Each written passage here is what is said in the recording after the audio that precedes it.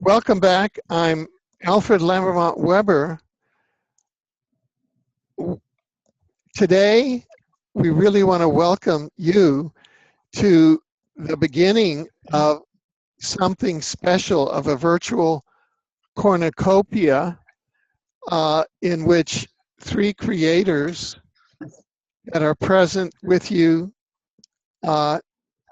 today: filmmaker Patty Greer, author and scientist Penny Kelly, and futurist and author Alfred Lambremont Webre are creating a monthly series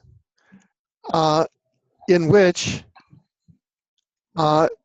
we will be bringing you not only a program, but then at the end of that program, we'll each be putting up a link to a free download of one of our creations for a month. And that will be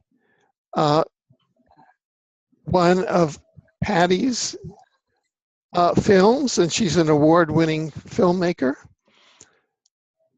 One of Penny's books, and she's a leading edge author of 23 books on consciousness, quantum energy. I mean, she is so far out there. She's farther out than any, in crop circle science, in consciousness, in quantum physics, way beyond. And I, Alfred Lambremont Webre, the developer of exopolitics, the science of relations among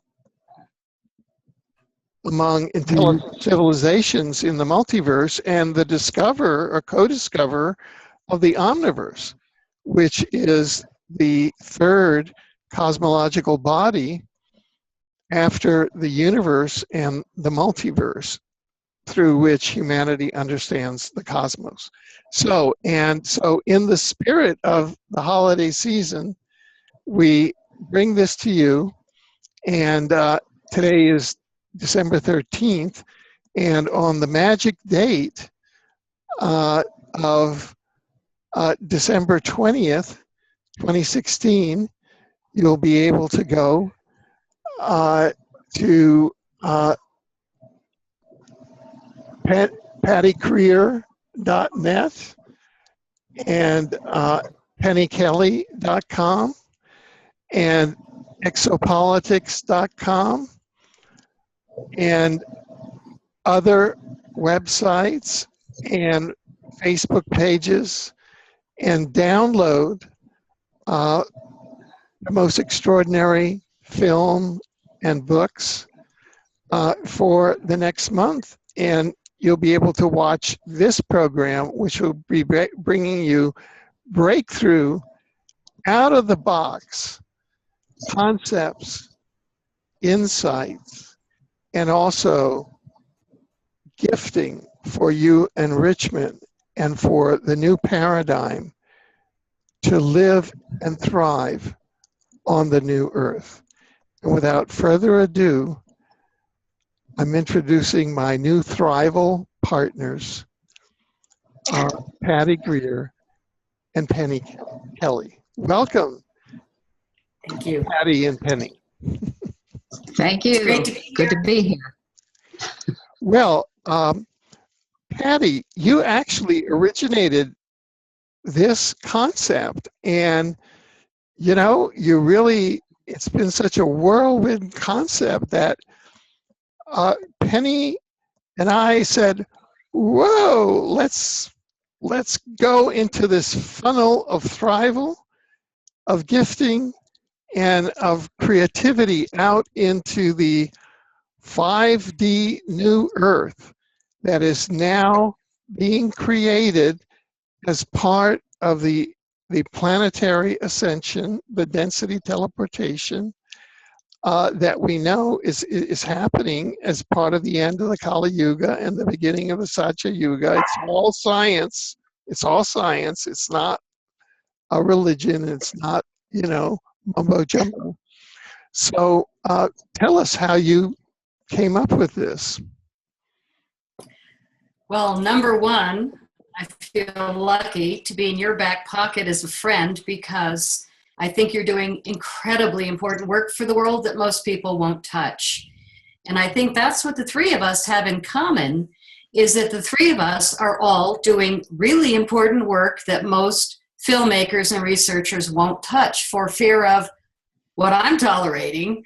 I've actually named myself, but there's no competition even close, as the most hacked UFO filmmaker in history. I'm not proud, and I'm certainly not a victim.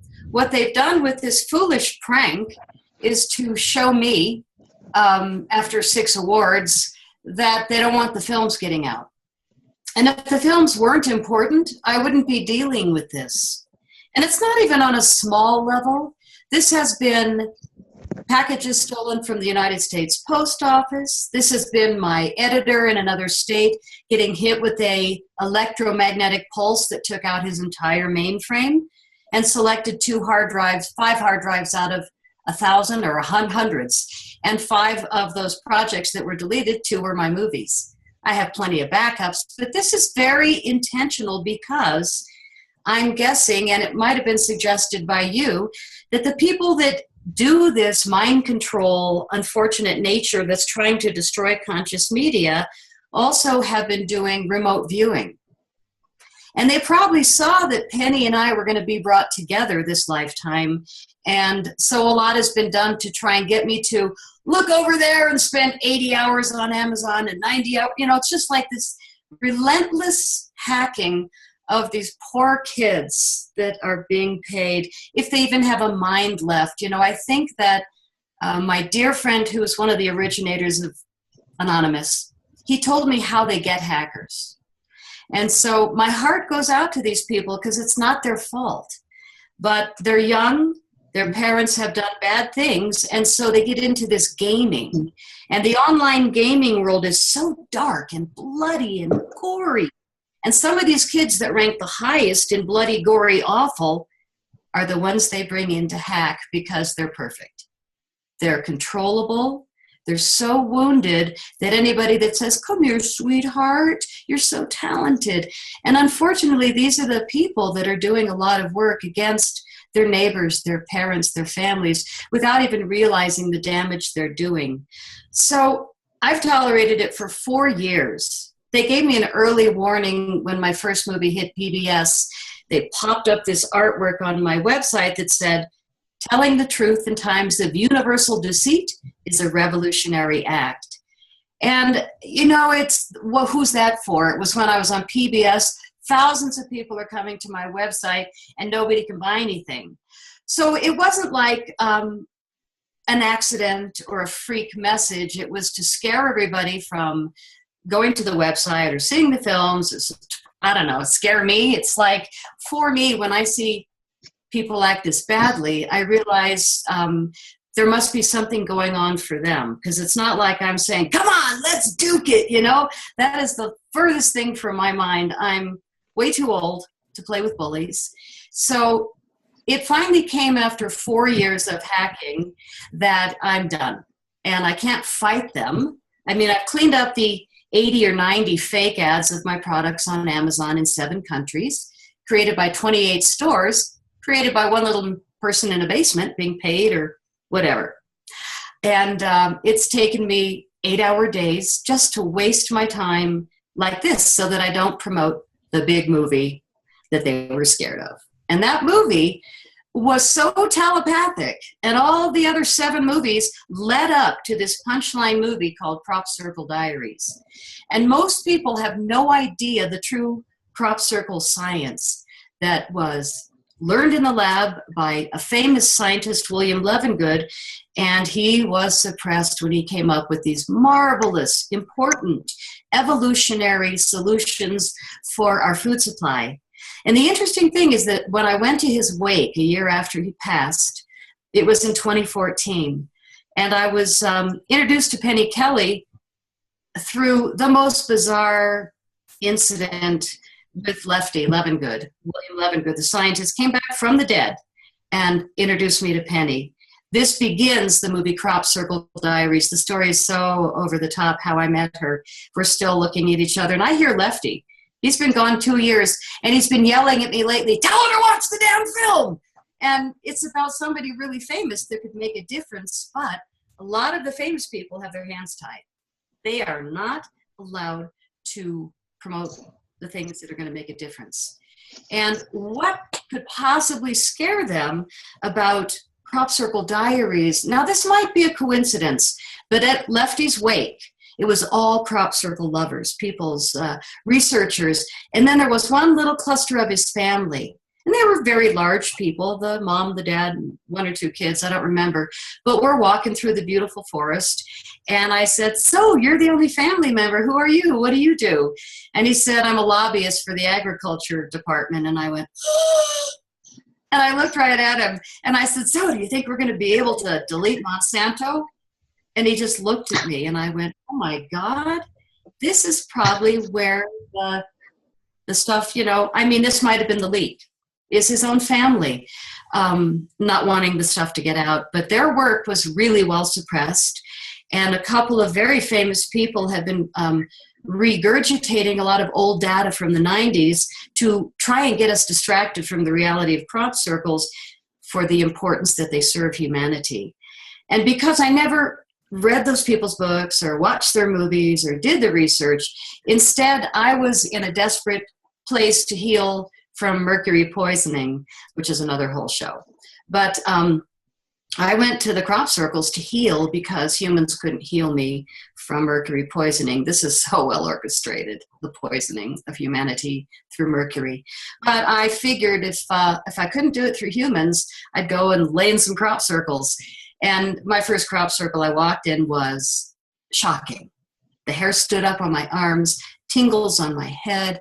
There was no doubt in my mind that this was something off planet that was right here, or within planet that was right here. But it wasn't anything like 40 feet away outside the crop circle. It was buzzy.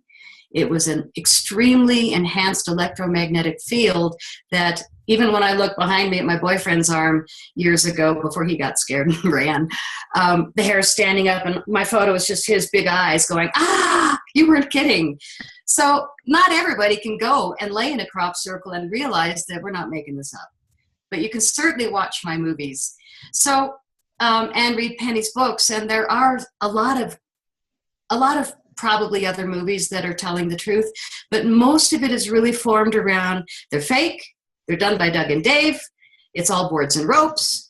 But, the guys that are doing it with boards and ropes were behind me one night in the bar, and this is my favorite story, was that I was so tired. I had done 3 crop circles that day, and believe me, it takes a lot out of you, and it puts a lot in you, but you have to hike in. So I was beat. It's 10:30 at night. I go to the Black Horse, and I'm having some soup. Really, really tired. And the door gets kicked in walks 3 big blokes, and they each order 2 pints, not a glass of beer, but a pint. So they've each got 1 in each fist, and they're laughing, and they're boisterous, and sure enough, they sat behind me. And one of them was wet head to toe, like he got hit by a hose or something. And I was like trying to get my soup down so I could go sleep and relax. But instead, I started hearing them say, can you believe that just happened in the crop circle? So I was like, oh, maybe I need to slow down my intake. So turned out these were 3 guys that were circle makers. And they had just gone into a field in Wiltshire to make a crop circle. And they were working in the dark, and they get their eyes tweaked so that they can actually focus in the dark and not do a bunch of headlamps. And they've got it all staked out from a previous day. So they get in there, and all of a sudden, a ball of light, a real circle maker, whizzed past the 3 of them, and the one guy completely wet his pants. And the 3 of them ran to the car, screaming. And of course, where do guys go when they're like that? They go straight to the pub. And they ordered very large vats of booze. So I'm in heaven. Now I'm going, okay, go circle makers. Go plasma spinning balls of light, show those guys to quit making fun of what's really going on. So then the second pint starts to go down, and now I'm really on slow-mo with the soup because I don't want to miss a word. Now I'm kind of arched back in my chair with my head back, and I hear the first guy go, okay, I could swear that I saw a guy in an overcoat with a hat next to somebody really short while we were making that field before we ran. And now I'm like really interested, and they're coming on to the beer buzz. And the second guy goes, oh, you're killing me with this because I saw them too. But there was a third one on the other side of the hat guy. And I'm like, oh my God. And of course, the third guy who's really wet, he's going, oh, that's when I lost it. I saw them too. So what we have is this gorgeous example of the real circle makers and the shadow people showing up to show these circle makers, humans with boards and ropes and all their gear, to quit it. What happened after years of being told to quit it is that the government, I guess, or somebody came in and shut down our research center in Wiltshire. Now, this has been open for all the years I was going, 10 years, over to England to film the crop circles. And the research center was like our base. Everybody from all over the world comes in, and we meet every morning at the base. And we tell each other there's a new crop circle over at West Kent at Longbarrow. There's a new one over there at Stonehenge. And then we kind of cavalcade out in little clusters of friends, and we go and enjoy the crop circles. But it got closed this year. And I called the biggest store at the Avery Stone Circle, right in the epicenter. And I said, you guys want movies this year? And they said, yeah, crop circle thing's kind of done here. Yeah, people aren't even asking about it. This is the epicenter. So there's this part of me realizing that the suppression is so vast, the misinformation is so well paid for, that we're going to have to really get loud to get the truth out. And I don't mean loud enough to get taken out, but I mean loud enough by saying, okay, I realize that you find a need to hack this elder, this grandmother, this mother, this nice person with a great reputation. I understand I make you uncomfortable. So rather than fight anymore with my website and Amazon and all these things, if I gift my movies on major platforms where the people are men who don't take hacking lightly, if they mess with any of the men I'm giving my movies to, then they're going to meet their match. As a woman with numerous lawyers, I have not been able to peel them off my shoe. And when I offered them thousands of dollars to go away and stop hacking me, they said, sure, we'll take your money plus a little more, and you'll sign this gag order, and we have every right to keep electronic monitoring of you because of your defamatory statements. Now, I can't say these are the exact hackers. I'm not saying that because I won't. These are my distributors. And I've had 3 distributors, and I've had no income from any of them. They've been a very expensive mistake I made. And I'm realizing that every aspect of the industry is completely in agreement that filmmakers and artisans don't deserve the money. We do, because we weren't talented all our lives. I don't know what the reasoning is, but why is it common knowledge that musicians get screwed? For how many decades? Why is it common knowledge that if you write a great book, your publishers make money? The lawyers fighting for your rights make money. Do you make money as the artist, as the talented person? So herein lies the dilemma. We're at the end of 2016. The fake news is so extremely funded, and real news has not had any support. I've had a few nice donations, but nowhere near what Stephen Greer gets. Or I'm not going to name names, but 2 movies, highest donations in the world. I love the work that he's done. People love or hate him. People love or hate a lot of the famous people, because you're going to see what you see and not get some of the things that you want from pretty much anybody in a human form. For me, I'm finally deciding that I went too long with what I'm tolerating, and I decided to create a new platform, which is to gift people my movies. And I'm not saying the website's free. I'm saying 1 movie a month that's really important for humanity. I'm going to put it on major websites for free. And for 30 days, you're going to be able to watch The Shift Has Hit the Fan, which connects crop circles to free energy technologies and schematics, which brings in Foster Gamble from Thrive, Sasha Stone from New Earth Nation, the Serial Effect Generator free energy device. We show 3D printers, a girl that walks into the woods and shows you all the foods you can eat, which is pretty much, it takes about an hour to walk 40 feet with her because pretty much everything is either edible, boilable, smokable to heal the human form and to feed us.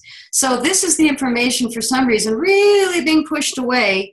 And so those of us, Penny, Kelly, and I, and Alfred, are bringing it back tenfold by just holding it and saying, this is what we think is true only because of the data and the research. And we're not asking the FDA or CIA or others to confirm that what we know is real because we're working on different teams.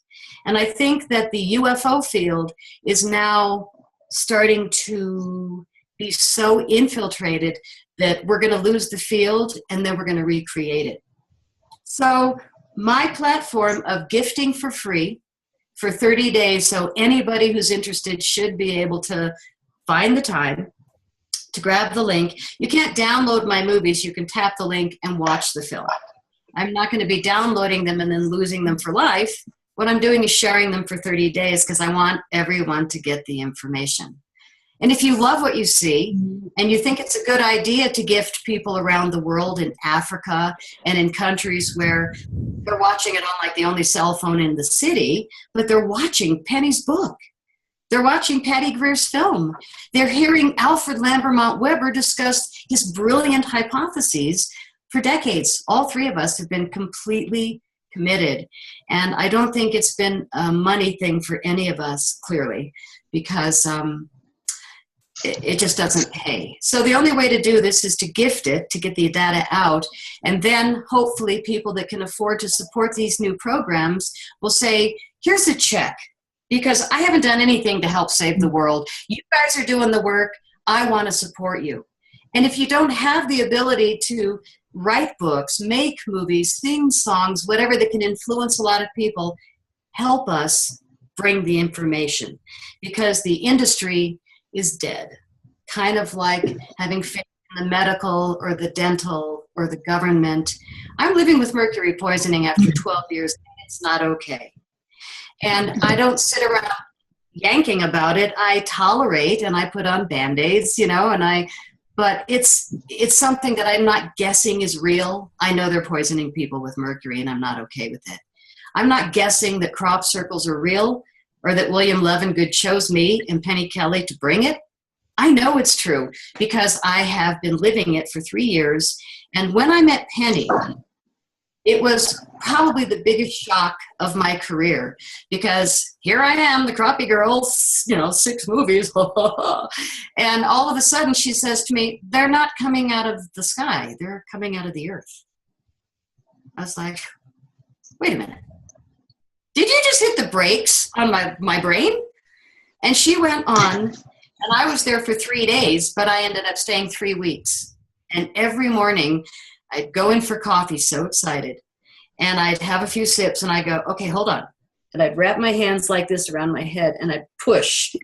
I'm not exaggerating. I would push and I'd say, okay, tell me again, how are crop circles happening? And she'd go, why are you doing this on day 3, 4, 5? You're silly. Get your hands off your head. And I said, no, you're actually blowing my mind and it gives me a headache. It physically gave me a headache. Listening to her tell me how incorrect, even all those things I thought I experienced there was still so much more. I wasn't wrong. It was just there was so much more. And the punchline is crop circles are coming out of the earth in counter-rotating vortices of plasma frequencies. Numerous different frequencies, all with different distinct boundary conditions, and each of them has a very clear purpose. And this message that they bring was predetermined, that they're always coming out of the earth. And people will say, but what about the balls in the sky that I see, you know, and they're spinning? Or all they see is a ball of light. Most humans that are lucky enough to film or see the circle makers will film a ball of light. And what is in Crop Circle Diaries is not only the original Oliver's Castle footage where you can see two balls of light fly over a crop circle and lay it down in seconds. Now, very well-paid people told the world that that was fake, and people are still believing it today. And what are you going to do other than show them the footage? But the interesting thing was that when I looked at that footage for my very first movie, I had permission to use it, and I hired this kid on Craigslist, an editor who knew nothing about crop circles.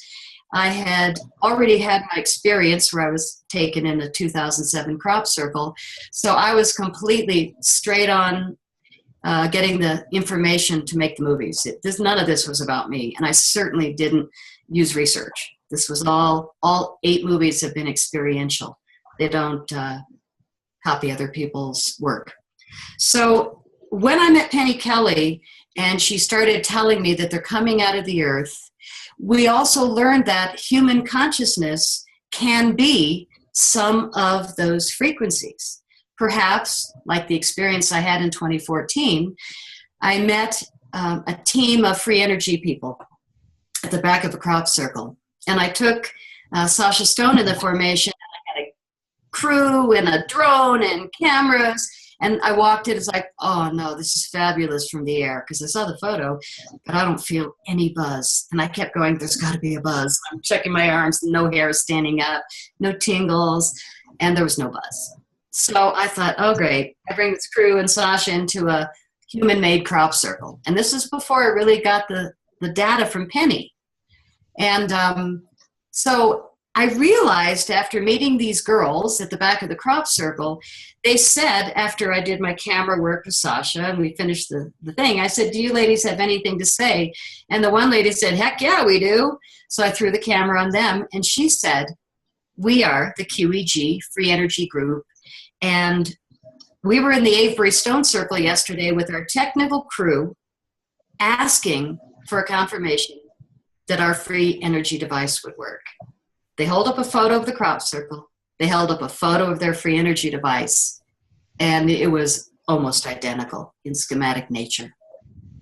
To me, what I learned was, even if it's a human-made crop circle, a couple guys with boards and ropes, they probably had a dream last night or the night before that was like I make movies.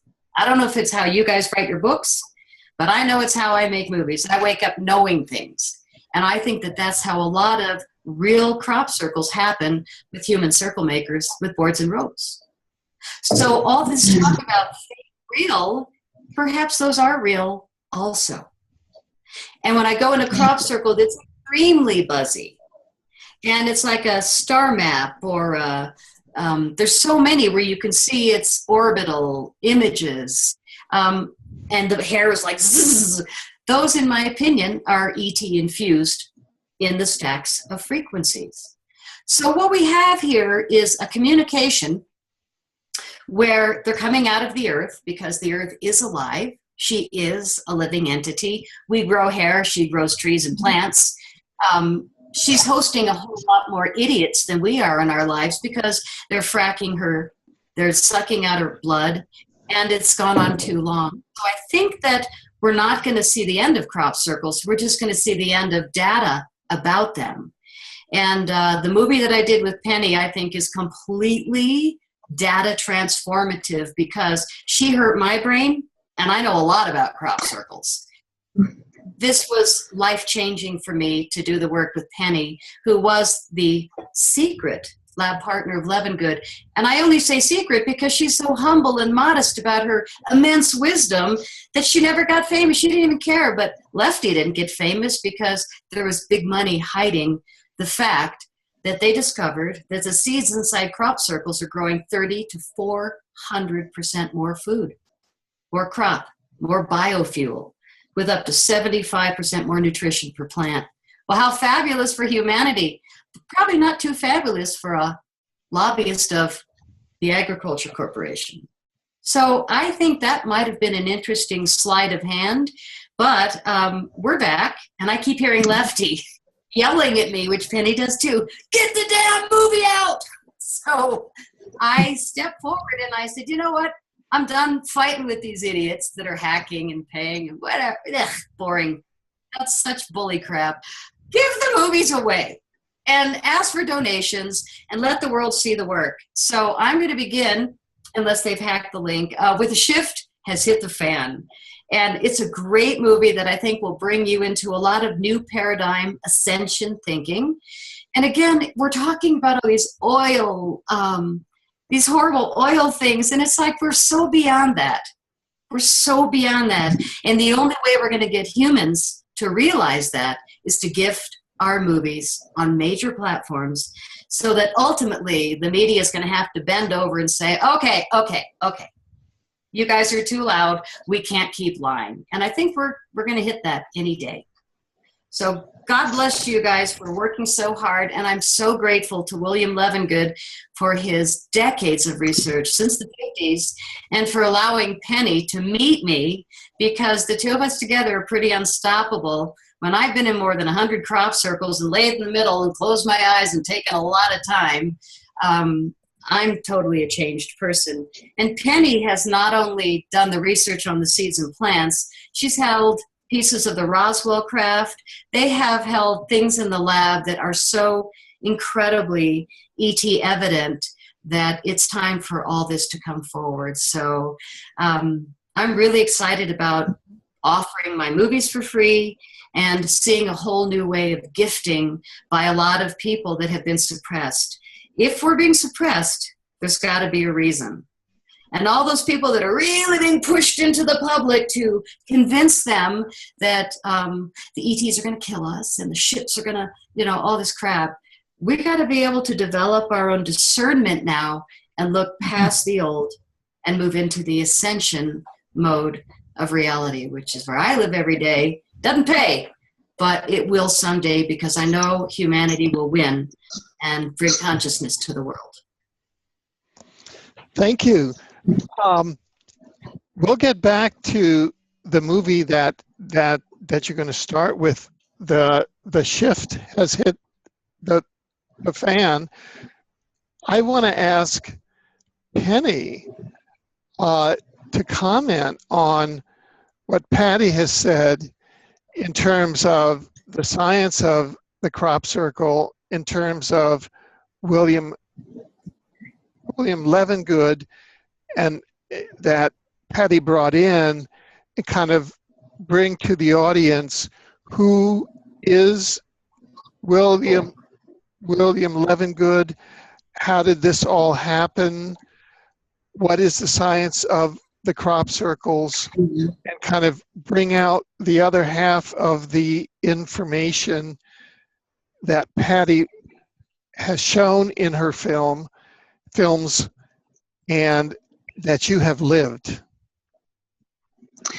Okay. I think probably the best place to start would be to just start with where and how I met Lefty, Dr. Levengood. It was probably the late 90s, 97, 98, somewhere in there. Could have been 96. And I got a phone call from somebody who said, have you ever heard of Dr. William Levengood? And I said, no. I live on a farm and I'm very busy there, and I don't get out much, sometimes for weeks at a time. So anyways, it ended up with an invitation to call him. And I guess the reason that invitation came was because I had written a book called The Evolving Human, A True Story of Awakening Kundalini. And that book had been read by somebody, and then by somebody else. And you know how books get passed around. And so somebody told Dr. Levengood about me, and he was looking for people who had what he called unusual energies or unusual capacities. And so I went to the lab, and it started this long 15-year relationship with him that was just phenomenal. And we talked the first couple of years just a few times a year, maybe 3 or 4 times, and just kind of staying in touch. I did go to the lab, and I, I was tested, and the only thing he said about my energy when he tested me was, "Are you breathing?" And I said yes. And because most people came in and, you take hold of these aluminum things and you just hold them, and it sends a signal because everybody's giving off signals. And the signal is usually pretty jagged. And mine was just very, very smooth, almost flat. And he was astounded by that. But it started this long, relationship. He was researching crop circle materials. He was not interested in the crop circles themselves. He was interested in the plants.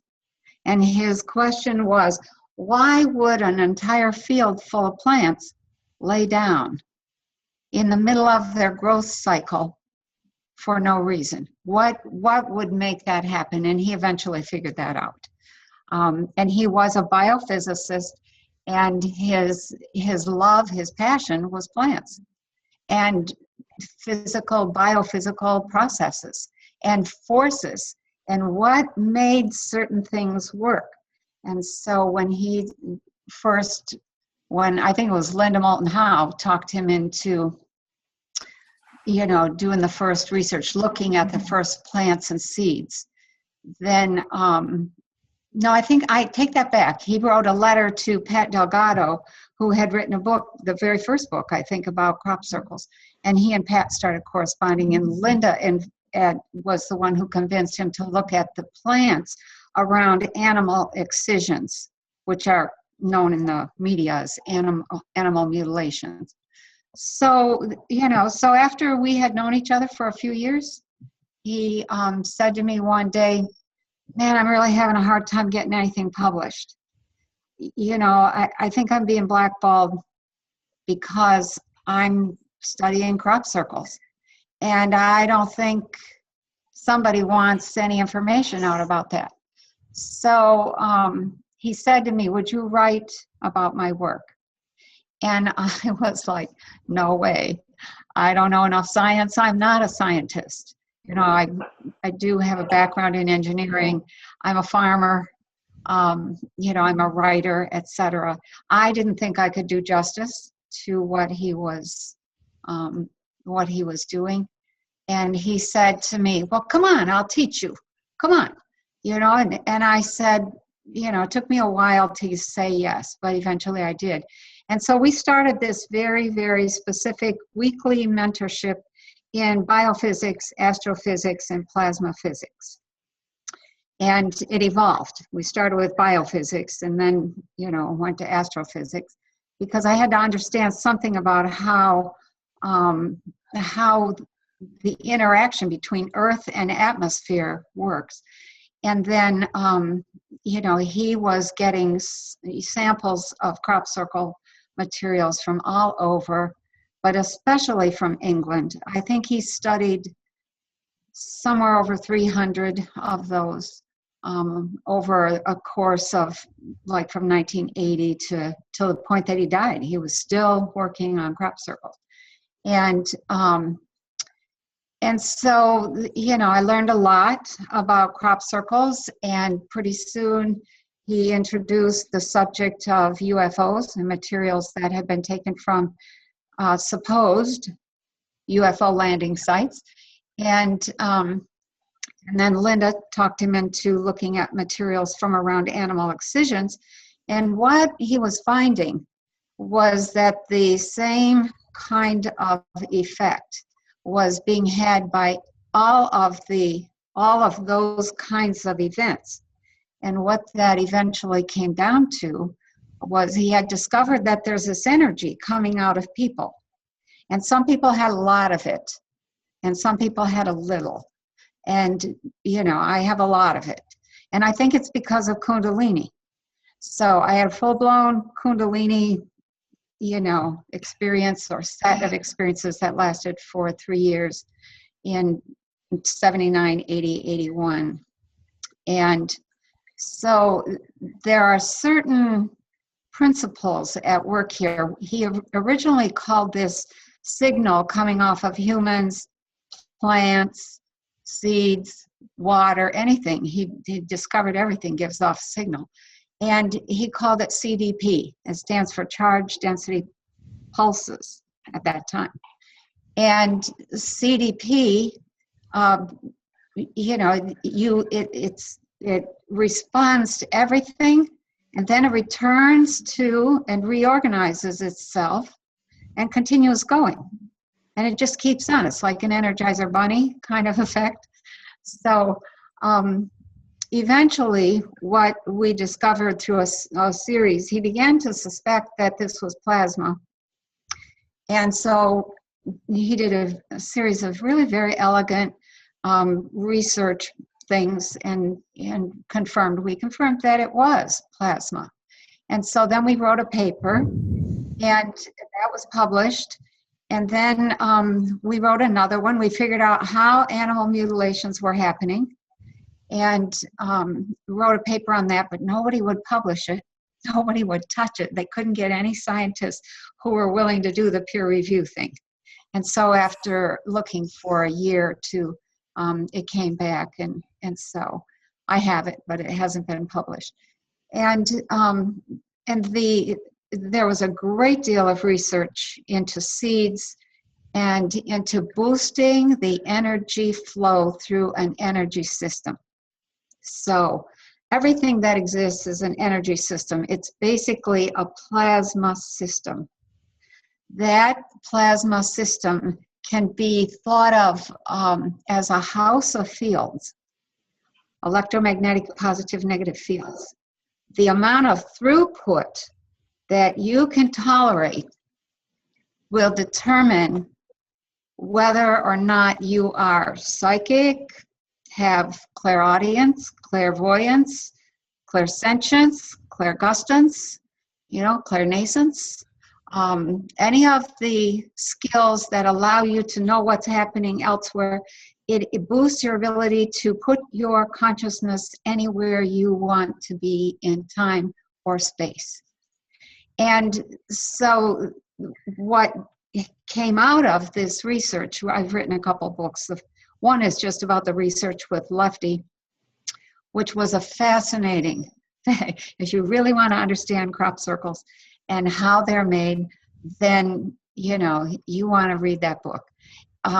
If you want an introduction to that, you want to read or watch Patty's movie, Crop Circle Diaries. So in a nutshell, what came down to, or what it all came down to for me, because my specialty is consciousness. It wasn't science.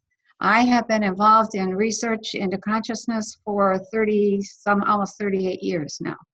And I've learned a few things.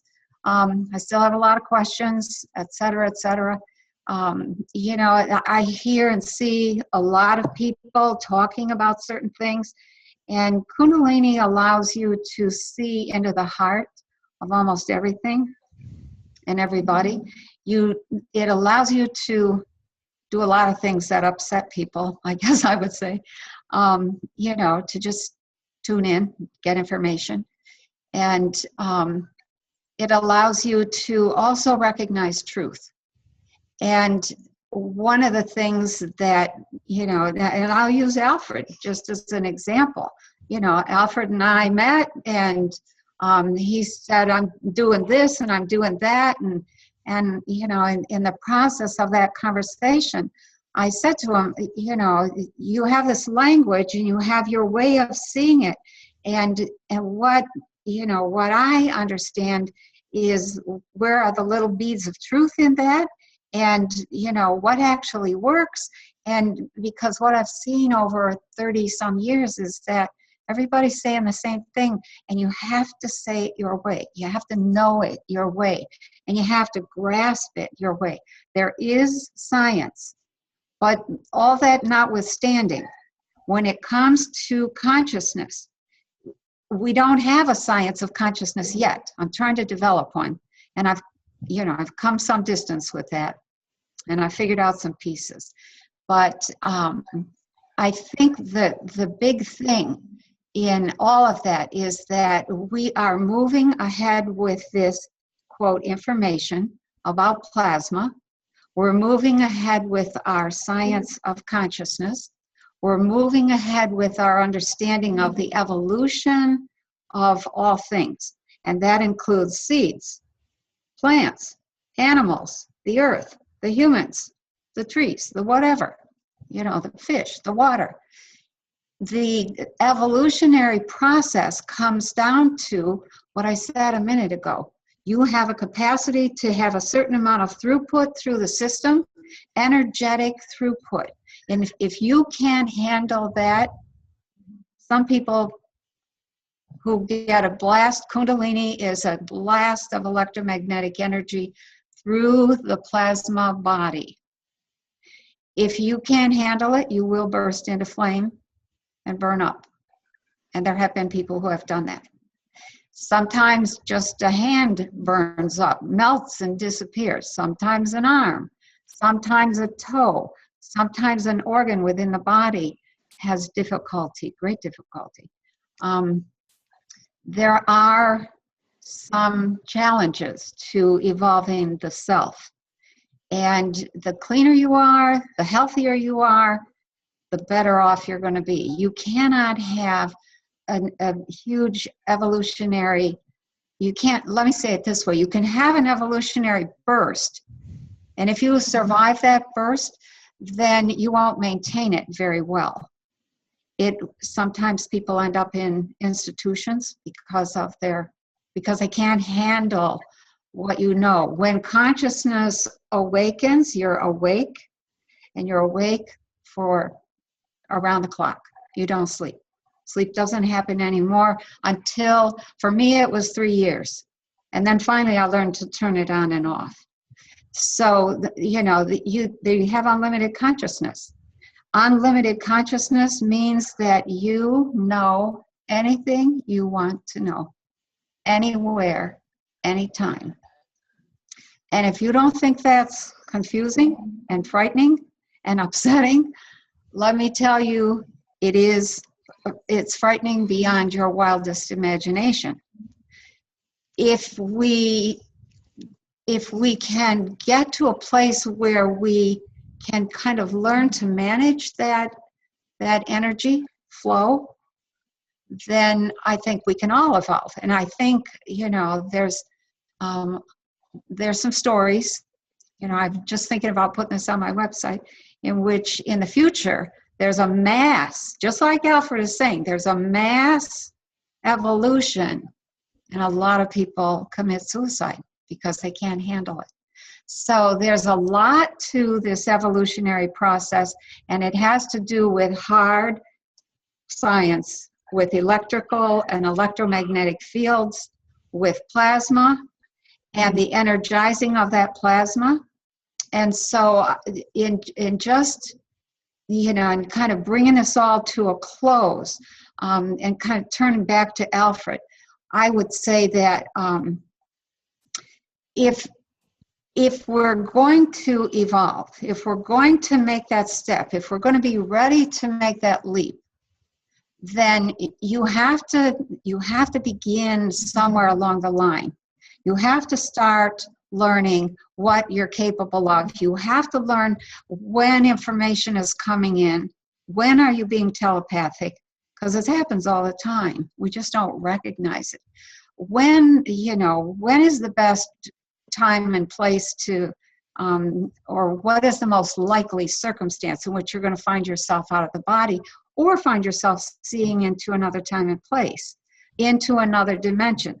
And I think, going back to the concept of evolution of the plasma system, each step up, and in science, and this is one of the things that science, I'm like, oh, why aren't we talking?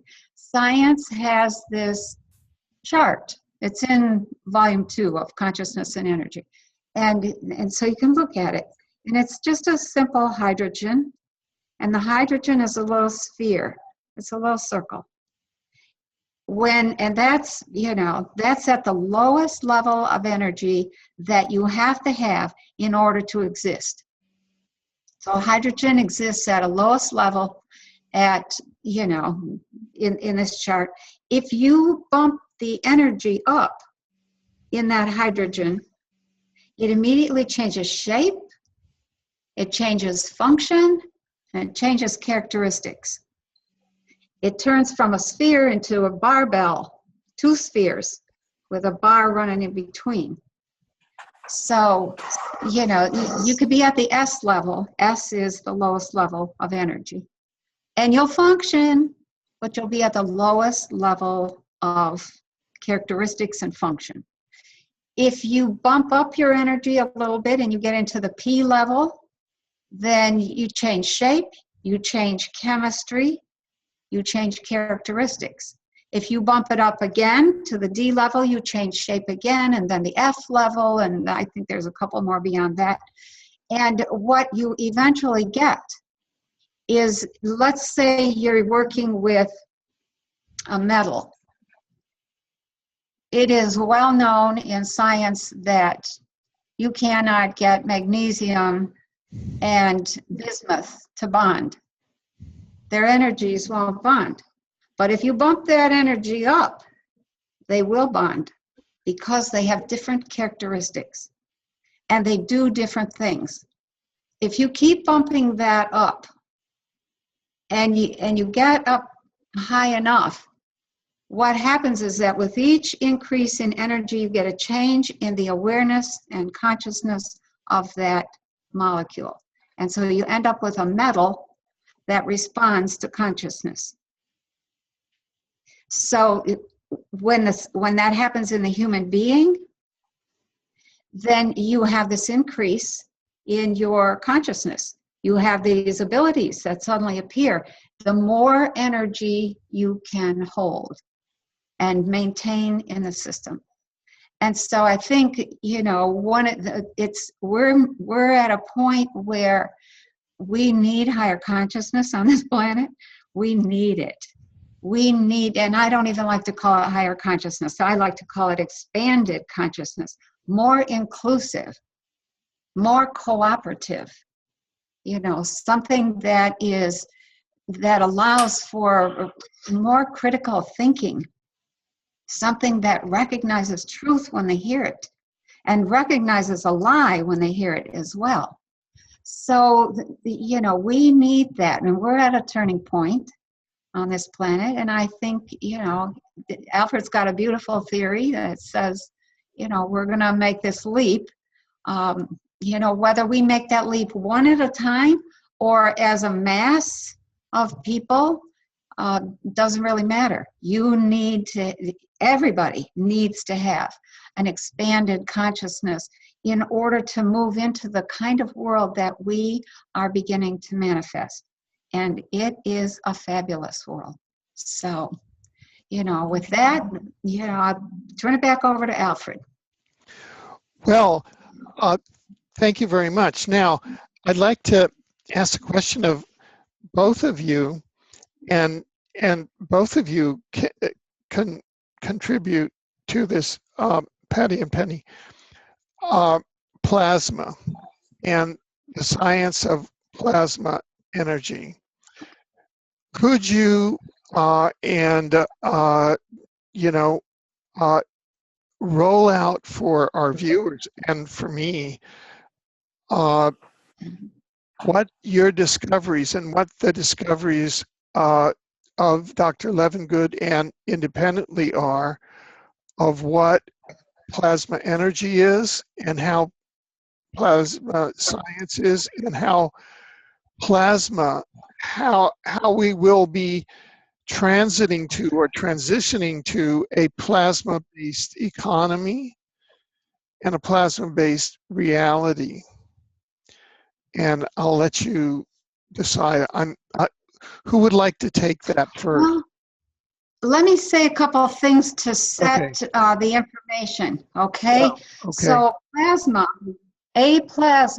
is best envisioned as if you've ever seen a flock of birds, you know, they fly through the sky and they all swoop and they dip and they move and they're in perfect unison. It's like it's one mind. Well, in a plasma, what you get is a field of frequency waves that produce particles, and all those particles work together.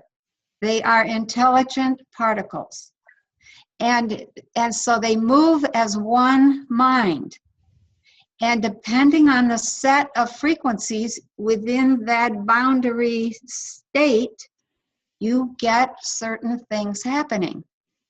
You might get, you know, everybody is made of plasma. Plasma is what creates matter. So when you get to, we are now at a point where plasma is just, I mean, it's so amazing. It's powerful. You can, for instance, take a plasma tool and you can, God bless you, Patty. And you can put that plasma, you can point that plasma tool at somebody who's got a disease and it erases the disease. It, you know, and there's a guy over in Italy who's been doing this kind of thing. And he has he's an incredible scientist himself. He is also, you know, working with plasma. And, you know, what happens is he resets your plasma house, your house of fields, back to their original frequency. It's like tuning your piano. All of a sudden, everything sounds good again.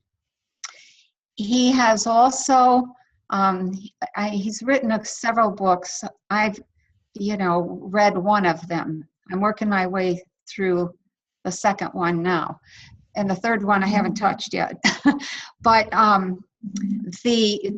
the thing to understand about plasma that I think is critical, and this is something that Dr. Levengood and I did in the lab, was that plasma responds to consciousness. Plasma is conscious. It maybe is consciousness itself. And so, you know, what we have here is we're moving into a paradigm in which, you know, what we think and what we say and what we do is critical. We need to be mindful of what we're saying, because the more we say something that isn't good, the more that happens. And the more we perpetrate that upon ourselves. So, you know, you have to be honest and you have to be truthful. You just have to understand, you know, that talking about something is, the body's listening. The plasma is forming and reforming as you speak. So, and it changes shape, boom, boom, boom. I mean, it changes direction and it changes focus and function. So there's not any lag time there. I think one of the things that the plasma research is showing is that you could create a spaceship, and they may have already created this. And that spaceship, you just tune that spaceship to the frequency of Mars, because Mars has its own plasma signature, and poof, you're there. And back by lunch. There's no travel time. Plasma is this instantaneous kind of thing. It allows us to do all kinds of things that are unheard of in current science, which is based on chemistry. Our science today, a lot of it is based on chemistry. It turns out that chemistry follows plasma. So whatever function the plasma is doing, that's what the chemicals are going to do. So, you know, what we've gone to is a little bit deeper kind of science and all kinds of new possibilities. And I think we're moving into a time where our stuff responds to us, where it has energy embedded within it in the same way that we are holding energy within ourselves that changes our consciousness and our ability to project, and the power and the amount of energy that we can project. You know, we did some experiments. I could move, stuff in the laboratory that was 100 miles away. Ed Edwards could do the same thing. It's really, we're moving into this plasma. So understand that this is a whole new paradigm. So what do you say, Patty? Well, I'm going to take it, because you're so incredibly high IQ, brilliant, to possibly the people that got lost. Simple man terms, simple woman terms, is that your thoughts, your feelings, and actions create your reality. How long have we heard this from the great masters? A very long time. So it appears that they were right. They just weren't using the languaging of Levengood and Penny Kelly and the scientists that are actually working with what we know now. There's a difference between what we know now and what the public is being allowed to experience. And that's why when you were saying the more we focus on the hacking or focus on our family being awful or all these things that make us unhappy, we're going to bring it to ourselves. And this is why when I decided to do movies for free, I called it My Great Surrender, because it wasn't to the hackers or whatever that's going on over there, but it was a surrender back to me. And I look different. I feel different. The last 3 days, I'm like, I'm back, because I no longer choose to focus my plasma field on horrible things. Now they're going to keep bombarding me with reasons. So this is where I'm the epitome of for some reason, pushing a finger in a hive of bees or whatever you call hornets or whatever you want to call them. But it's not that I'm going looking for a fight. I am an authentic human doing my work. And because I didn't read misinformation, there's nothing in me confused. And when I met Penny and I showed her the photo that my first and fourth movie, my great discovery was that the Oliver's Castle footage were 2 balls of light, laid a crop circle down in seconds, when I was editing my first movie and I knew nothing about the science. I said to the kid, who's 26, great editor, we're done. Oh my God, how easy was that movie? Wow, God, that was nothing, And let's go out, take a break on the deck, come in and watch it and see if the movie's done. Turn off the gear, let it cool down. We've been going at it for 14 hours, and I was ready to keep going. So we start to walk out to the deck, and he'd shut the gear down, and I looked over my shoulder, and there's this big blue orb on the monitor. And I said, turn off the monitor. There's this big blue orb over there. And I walked up to the monitor, and I said, what is that orb? That's not even in the movie. And the editor looked at me, and he said, Patty, that monitor's unplugged from the wall. So all of a sudden, here I am in Boulder, Colorado with some young kid that knows nothing about crop circles, but it was great, wide open. And all of a sudden, zzz, the hair up on my arms, tingles on my head, goosebumps head to toe. And the poor kid looks at me and he goes, you look weird. And I was like, oh, sorry, I'm being taken over by the circle makers, whoever they are. My entire form is like hearing data that I wasn't thinking about a minute ago. And I looked at the kid and I said, turn the gear on. I thought we were going to take a break, turn the gear on. And now I'm like this autopilot, totally in telepathic magic from whoever is guiding me. And I said, reverse that Oliver's Castle footage. He says, why? I said, I don't know, just do it. So he reversed it, we watched it. I said, slow it down. He said, how slow? I said, I don't know, 30%. Ooh. Where'd that come from? I mean, it just fell out of my mouth. So we reversed it. We slowed it down 30%. And right there was a complete communication between the 2 plasma balls of light.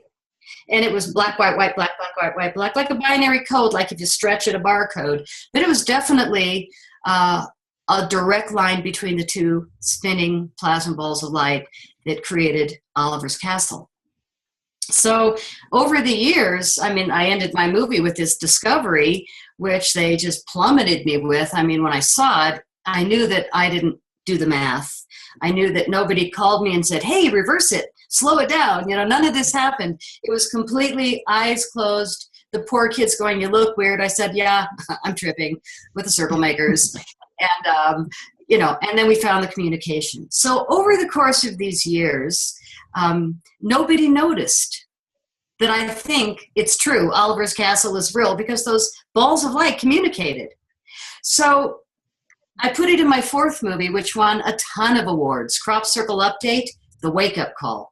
And the update was, instead of it at the end of 77 minutes, it was in the beginning, in your face, 3 times. In the first 5 minutes of the film, I showed the communication between the 2 balls of light happening as they were moving. Zzz, and I showed it 3 times at the top of the film. Nobody still noticed. Or is our field this competitive that they don't want to acknowledge that this was amazing? So some wonderful friends said, you need to get some of the big boys of ufology to put it in writing. Yeah, she found something real. So I went to the guy that everybody recommended, and it took him about 2 months to come back and tell me that it must be an eyelash that fell on the original footage. This is a straight line with 2 plasma balls of light. So he said, must be an eyelash that fell on the original footage, I repeat, because it was so ridiculous. So years later, as I'm working with Penny Kelly, and we're ready to go on camera, I just took a big 11 by 14 photo of the communication between the plasma balls. And I said to Penny Kelly, who actually knows what she's talking about and not paid to lie, she looks right at it, she goes, wow, what a great moment on film. You've got 2 balls of plasma communicating in a code. Where'd you get that? And I said, Oliver's Castle. To me, this could change history if they'd quit hiding my films, or if we just give them away and you guys share them with the world. We're going to know that balls of light are creating crop circles, and they're not just balls of light. They're what we see, if we're lucky enough with our eyes or we film it, is these spinning plasma balls of light. But literally, they are the spinning energy at the base of these vortices of all these different frequencies. And they come together at the base once, I believe, they've hit the exact frequency to lay the circle down. So you've got these 2 spinning balls. They're each pulling in whatever was agreed upon to create this message. If it's ET frequencies, you're going to get a buzz. If it's humans meditating, you're going to get a sense. If it's just the earth spinning up, you're going to just get a beautiful message. And they come in codes, they come in mathematics, but not simple. They come in like Fibonacci sequence, flawless measurements. And these are triple Fibonacci. The Mandelbrot, I mean, these are things you really can't do perfectly in a field of barley that's going like this in the wind. You fly over, that is a hummingbird, or that is an alien face and a binary code disk. It is a message. And when we fly over, we take photos, we take footage, you get to see the message. But then, because we live on this planet where, oh, they're all fake and they're made by boards and ropes, then everybody has to fight about Trump or Hillary, who's the worst? It's like, I'm sorry, why are we fighting about things that are less important than us evolving into this real ascension? So all this distraction of the political circus, or the horrible things that the politicians are doing to young children, all this distraction of being horrible rather than moving into a higher consciousness is what has been taking humanity down. And I got a good dose of it by the ungodly level of hacking that I am still tolerating today. I'm not sure my website, blah, blah, blah. But again, so the heck what? I'm going to gift it to all of you so that the stuff gets out, the data gets out. And again, if our thoughts are creating our reality, can you imagine gifting millions of people in countries that have no money, but somebody in the town has a cell phone?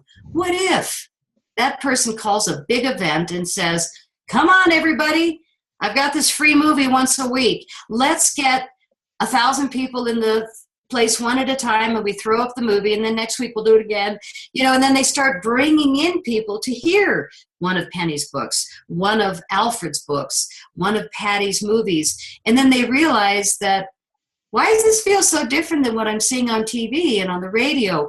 Why is my body feeling less stress? Why do I feel better? And then when they realize that their plasma field is raising in frequency because they're no longer being bombarded with all that dark stuff that the media is pushing forward, or those poor brainwashed people that are obeying and telling the world UFOs are going to come kill us, and they're purple and they're green and they're orange and they're all this stuff, and they're all here with these big weapons like Hollywood is definitely forced to promote. If we can get rid of all that misinformation and start moving humanity into the real work of the masters, the real truth of the scientists that weren't threatened or paid.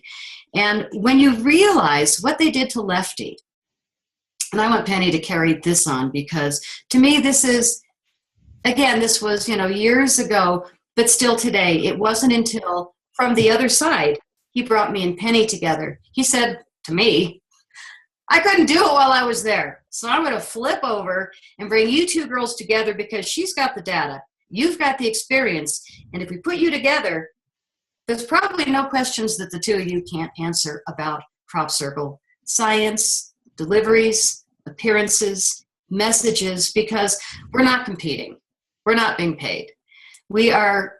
I'm a true experiencer. I was taken in a crop circle in 2007. I thought I passed out. I woke up. I saw things in the sky I had never seen before, and I still see it all the time. My vision was changed.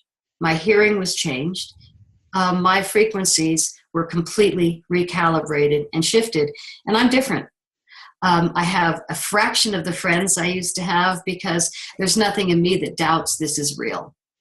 So because I'm like, I don't even want to be listening to people that call me an evangelist or a clan, like that all of us that believe that the government could, God forbid, be dropping chemtrails. You guys are all conspiracy theorists.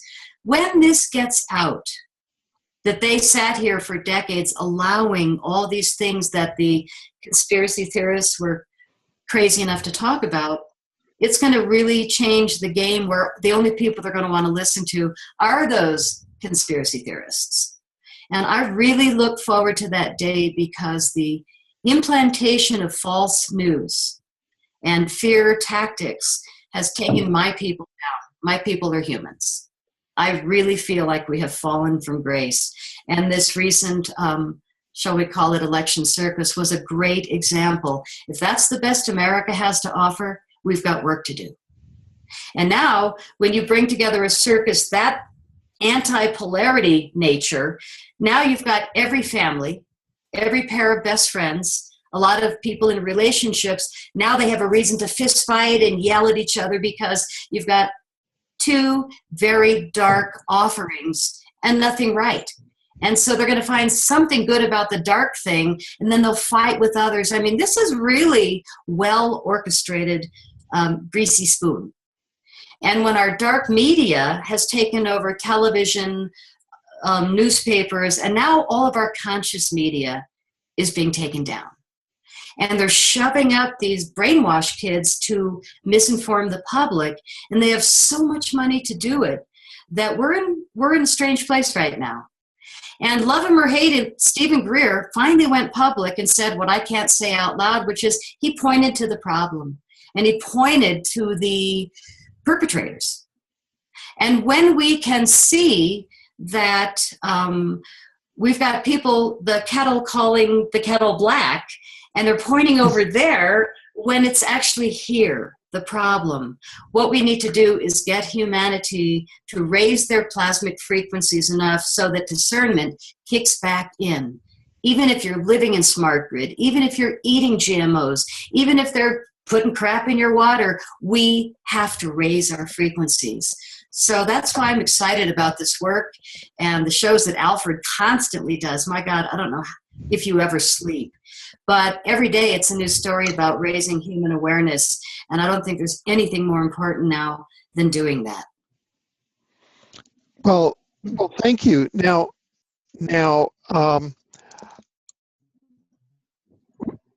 what I'd like to do is kind of shift the conversation over to the gifting, and share with people just the substance of of what particularly they can go to pattygreer.net and pennykelly.com and exopolitics.com and other sites over the next month, starting on December 20th, and begin to download and share in. So, Patty, you are gifting out there a film called "The Shift Has Hit the Fan." So, could you walk our viewers through the film, or summarize it, and why you're choosing that film, and what the viewers will gain by watching it, and why they might want to watch it and then gift it to their friends, share it with their friends and get this gifting just started going. If they watch "The Shift Has Hit the Fan" and then they share that with their circle of friends or networks. So what is "The Shift Has Hit the Fan" all about? Well, the reason I'm hoping to do that for my first film, I say hoping only, I hope the link doesn't get hacked. But I think I'm going to have you guys that are promoting it download it. It won't be downloadable to the public, but I might have you guys download it, so even if my site, whatever, then it won't matter. And again, this is not victim talk. This is idiot talk. I'm tolerating, we call them fidiots, which is idiots. So they're fidiots that keep trying to hide conscious media. So I am going to get it on enough major platforms that it won't be hideable. And my homepage on pattygreer.net will state, starting now, hi, free gift. And it's also available here, and here, and here. And if you can't buy on my, if you can't buy from my store because PayPal isn't working or whatever, here's my address. Send me a check and tell me what you want, and I will mail it to you. And I will go get a new post box and create a new name because my post box is already having packages stolen. I actually had a movie master sent to me 2 months ago, and it was 2-day priority, and it came 9 days, and it was missing half the data, the power cord, and the bubble wrap. Federal offense. I called the editor and I said, how could you send me a hard drive with half the data? And by the way, where's the power cord and why didn't you wrap it? No, that's not what happened. He said, meet me in the cloud. So we met in the cloud and he looked at the hard drive and he said, you weren't kidding. Half the data's gone. And I said, yeah, well, maybe it got dropped. He said, no, a hard drive, you drop it, you either lose all or nothing. You don't lose half the data. Somebody human must have taken it from the post office, physically deleted the data, and then put it back in your box a week later. At this level that people have such low integrity, such low self-worth, such fear of my movies, let me let you know I have so many hard drives in so many places. You just keep wasting your time and adding to the, but it's not about focusing there. But this is why I choose to gift the films. And The Shift Has Hit the Fan. I love the title. The title to me is almost the title of the gifting program because we are shifting our frequencies. We are shifting our thoughts, feelings, words, and actions by saying, whatever's going on over there doesn't matter. Here's the movie on a platter.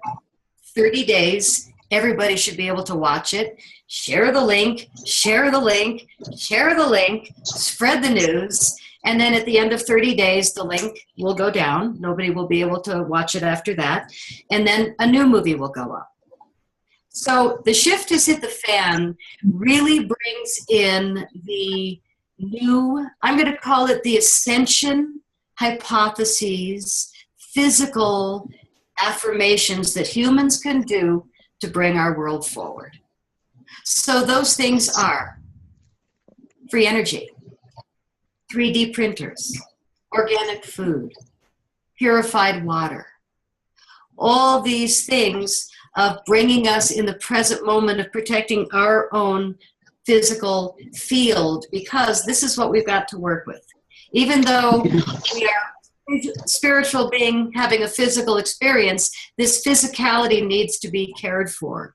And when we've got this many attacks on our body caused by people in charge that shouldn't be, demanding we have vaccinations or flu shots or mercury fillings, whatever it is, we need to personally say, no, I know this is not okay.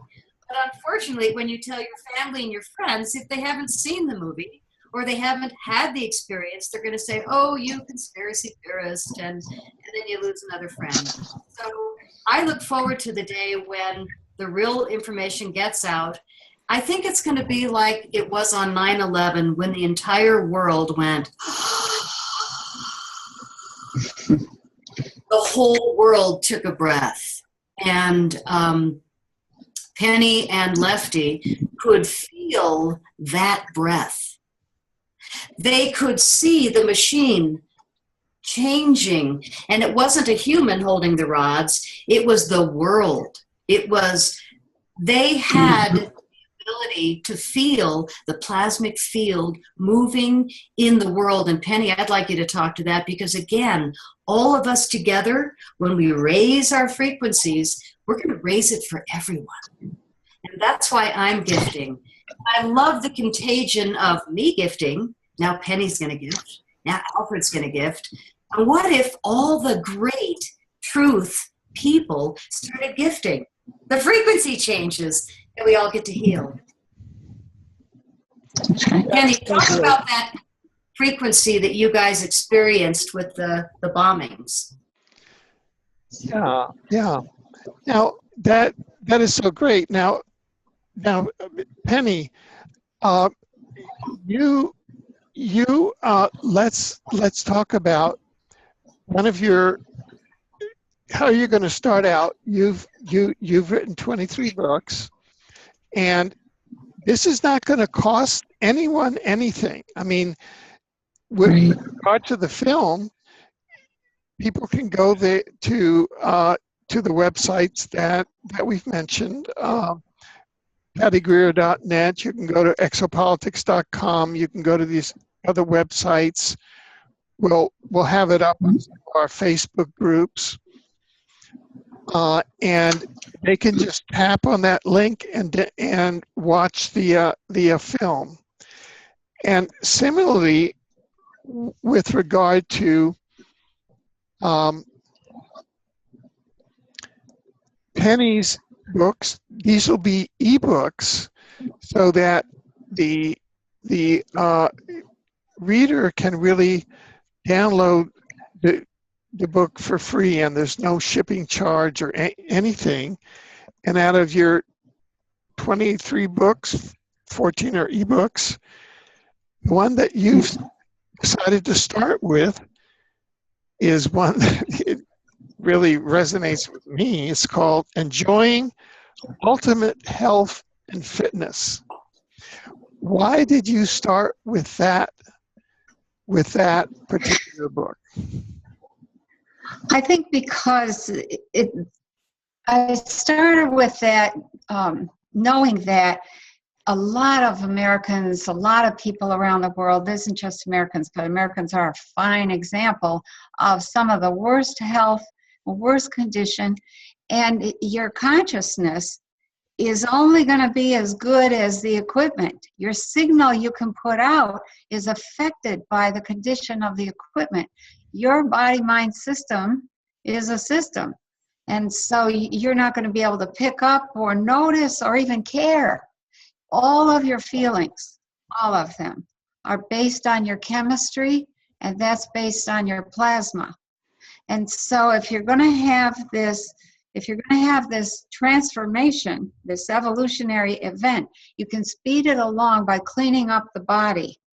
And that really has a huge effect on the consciousness.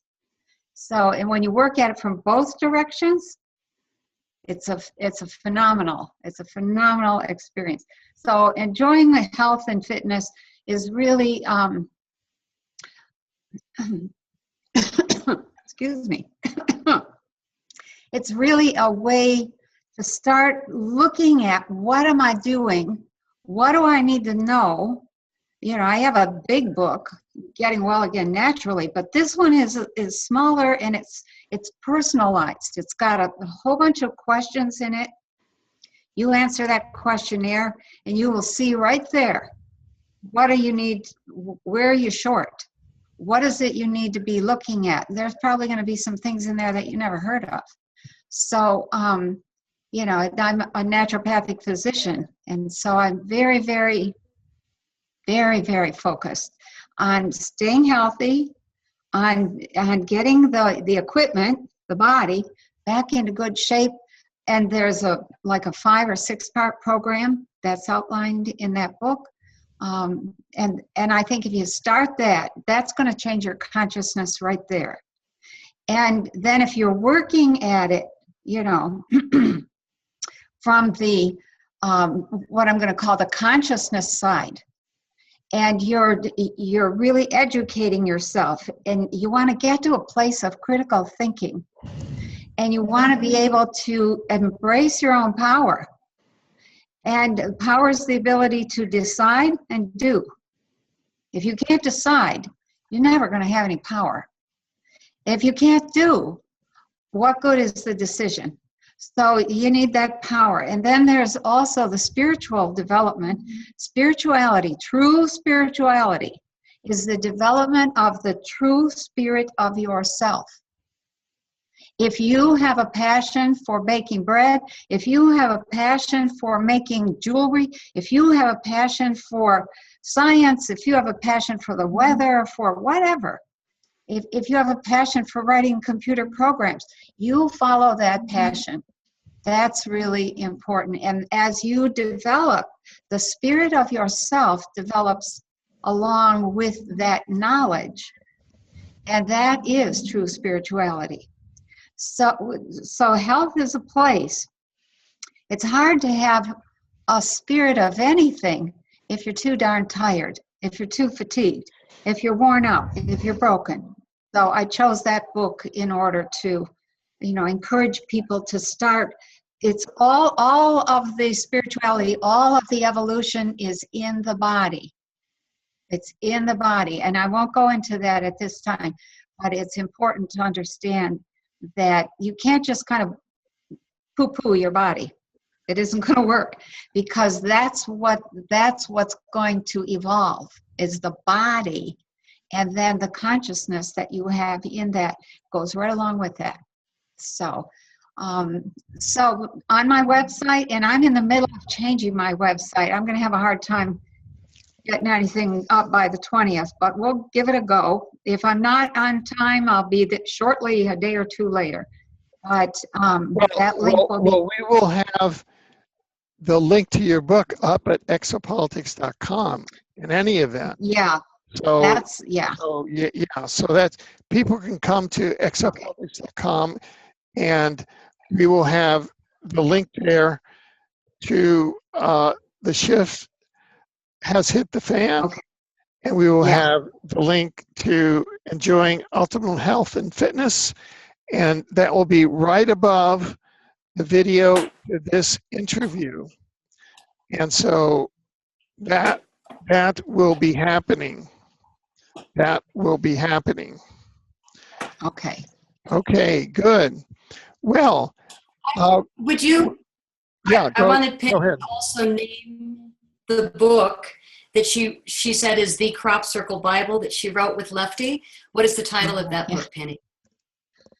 It is Consciousness and Energy, Volume 2, and the subtitle is New Worlds of Energy. Very, very good. Between that and Crop Circle Diaries, there's no questions left. But what we need to do is get the misinformation out of the way so that we can get the real information back, get a new research center, and bring back the excitement with crop circles. And so while people are going there to watch the shit, the shift. I kind of did that on purpose. See, we're all smiling. We all lifted our frequency. You rock. And enjoying ultimate health and fitness and sharing it with them. No, Right. see, that's what's happening in 3D while this is happening on the new Earth. You have to understand. There. Oh. That's the flip side of the coin. It's happening on 3D down there, while we're having a ball on 5D new Earth. I want to bring. It's the shift is hitting the fans up in the Earth, while the is hitting the fan down in 3D. Okay. Yeah, I like that. I like. Yeah. So. Well, I want to bring one more piece together that brings my work together with Penny. And as I really got it, the work that she and Lefty did, experimenting regularly and repeatedly, which is what science asks. They say, do it a number of times, and if you get the same result, then you can call it science. So they nailed the science. For me, I run on intuition. I don't ever claim I know these things. All I do is claim I heard these things, and I feel them in my complete genetic field, my complete plasmic field. But I think that when we look at the deeper history of crop circles, and we realize that almost every crop circle documented is sitting on a ley line between two sacred sites. This has been documented, 96.7%. It says that there's something about high frequency spirituality that brings these crop circle messages to that location. And a lot of these locations on sacred sites get repeated messages delivered year after year after year to the same fields. So not only do 96 or 7% of the crop circles get delivered on a sacred site, ley line, but they're also, almost all of them, sitting over an aquifer of water. So water is very important in the delivery method of crop circles. So what we have now scientifically, if I get this right with Penny and myself, is that the earth has predetermined a message with either them or us or the water or all of us or just the earth, but they're all coming out of the earth. She is speaking to us.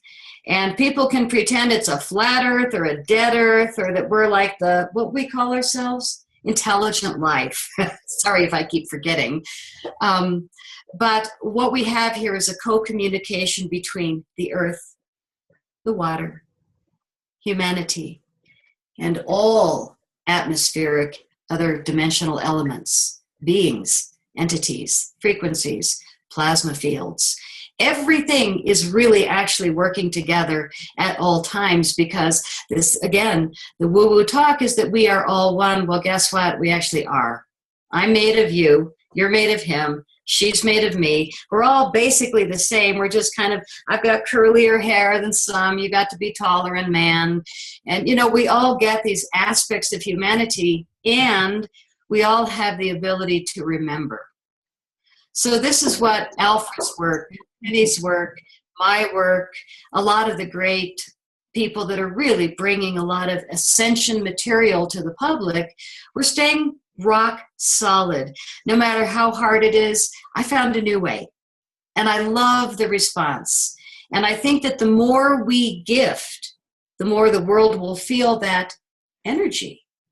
And then the other filmmakers might say, well, shoot, I can't get distribution, or I haven't had a penny from my distributors for 15 years.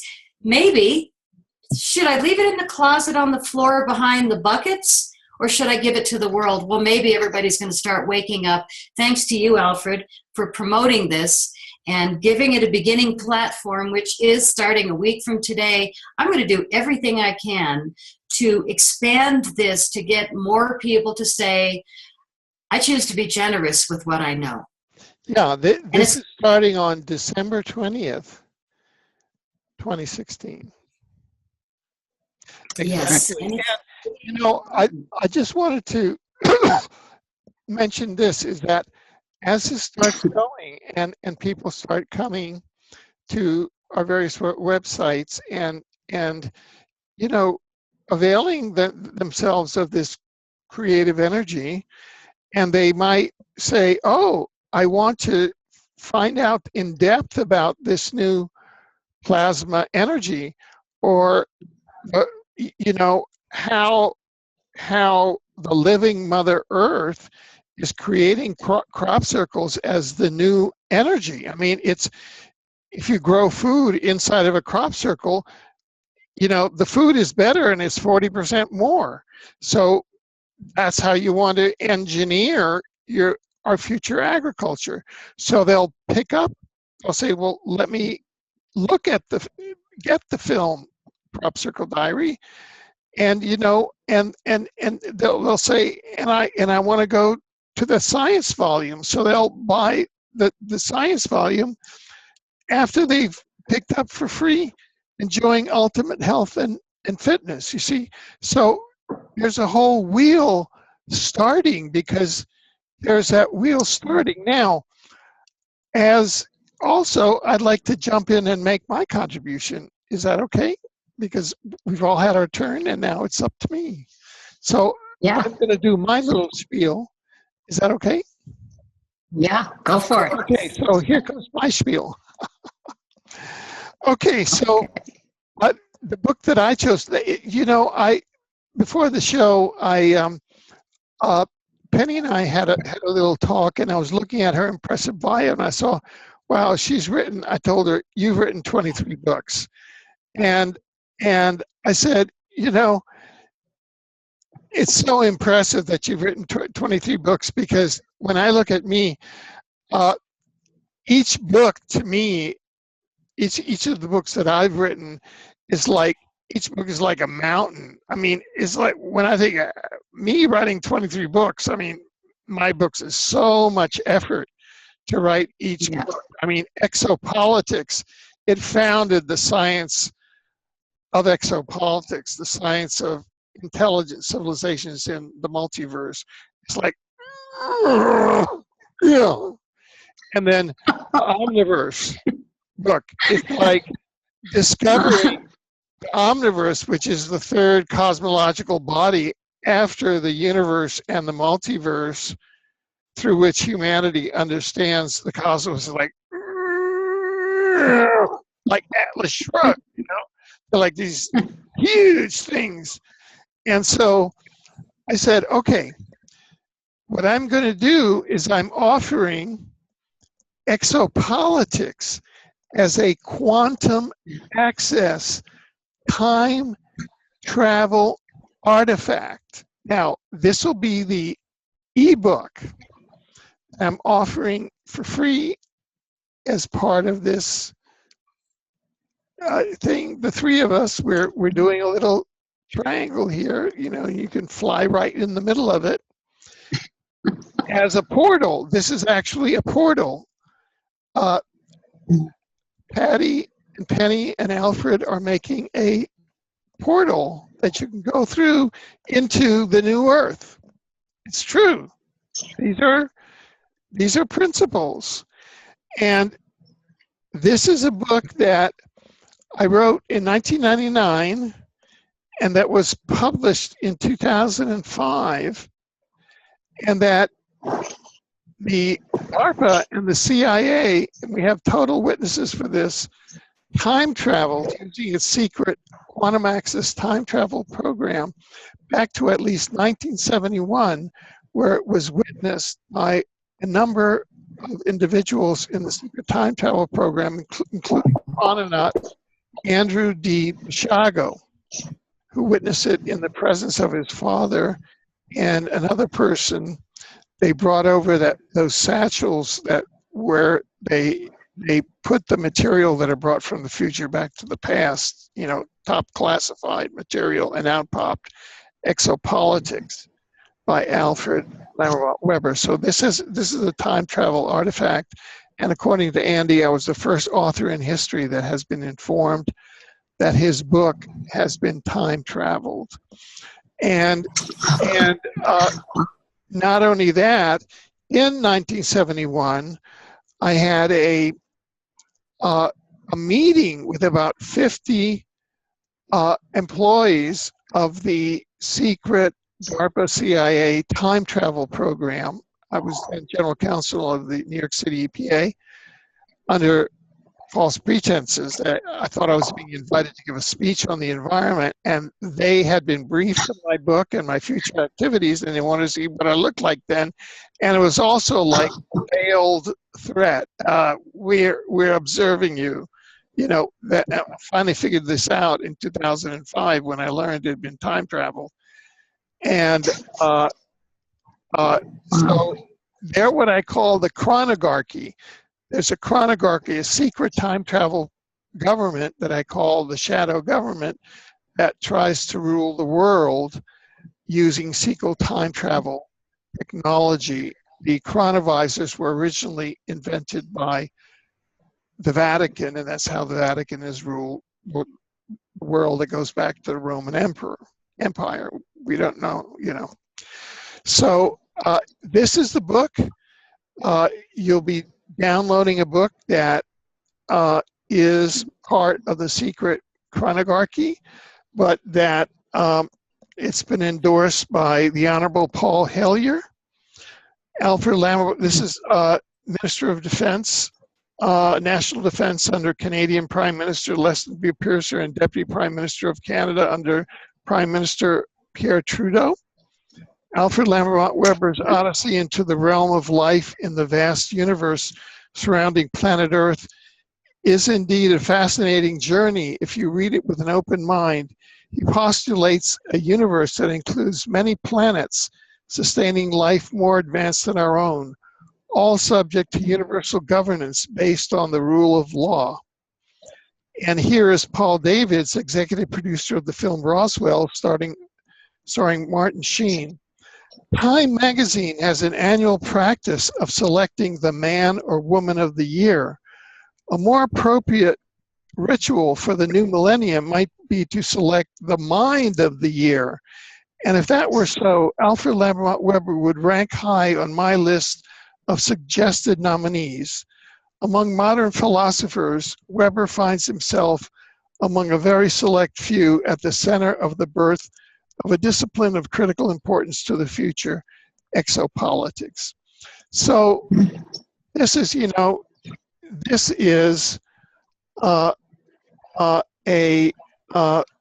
introduction to the future. This is the science of the future. This is historic. And you'll be reading what the CIA and DARPA had since 1971 that I wrote in 1999 here in Vancouver, and that really is opening our future now in our new fifth dimensional world, and that opens us to the cosmos. And when you visit exopolitics.com and you begin to look at the shift has hit the fan, and look at that as part of the portal that you'll be going through, and you begin to enjoying Ultimate Health and Fitness, and you download and read Exopolitics, and you go through that magic portal. You can also spend a little time there on Exopolitics, and you can read this book on the discovery of the omniverse, which is the third after the universe and the multiverse, is the third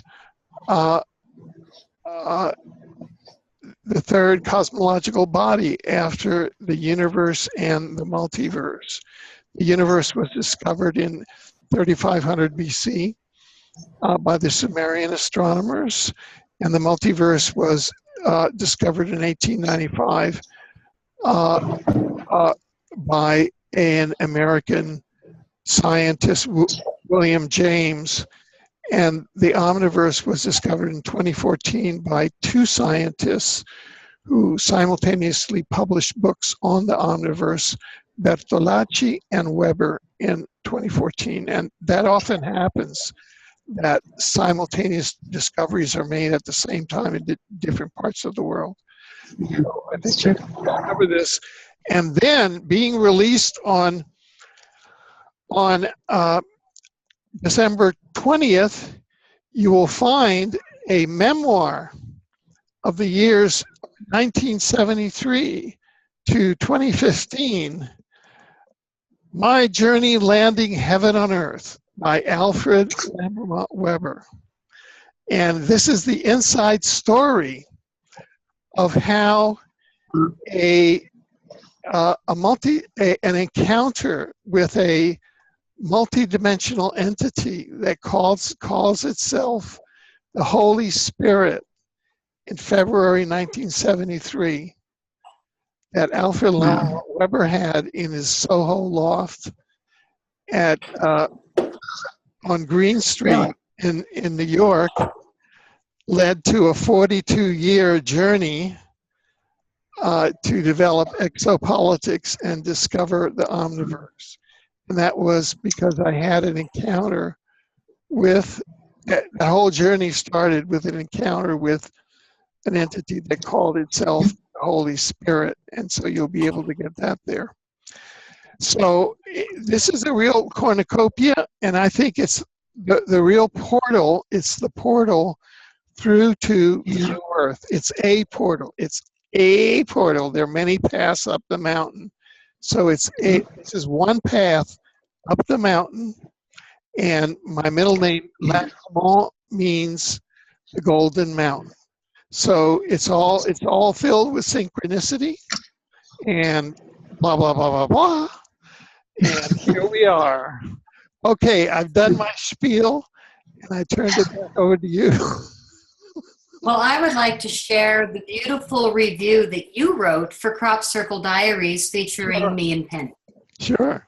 Because your review was my favorite, although it was highly prized by Paul Hellyer also, who is the most splendid man. He's in his early 90s. And when I spoke at a gig in Canada, I had breakfast with Paul and Stanton Friedman one morning.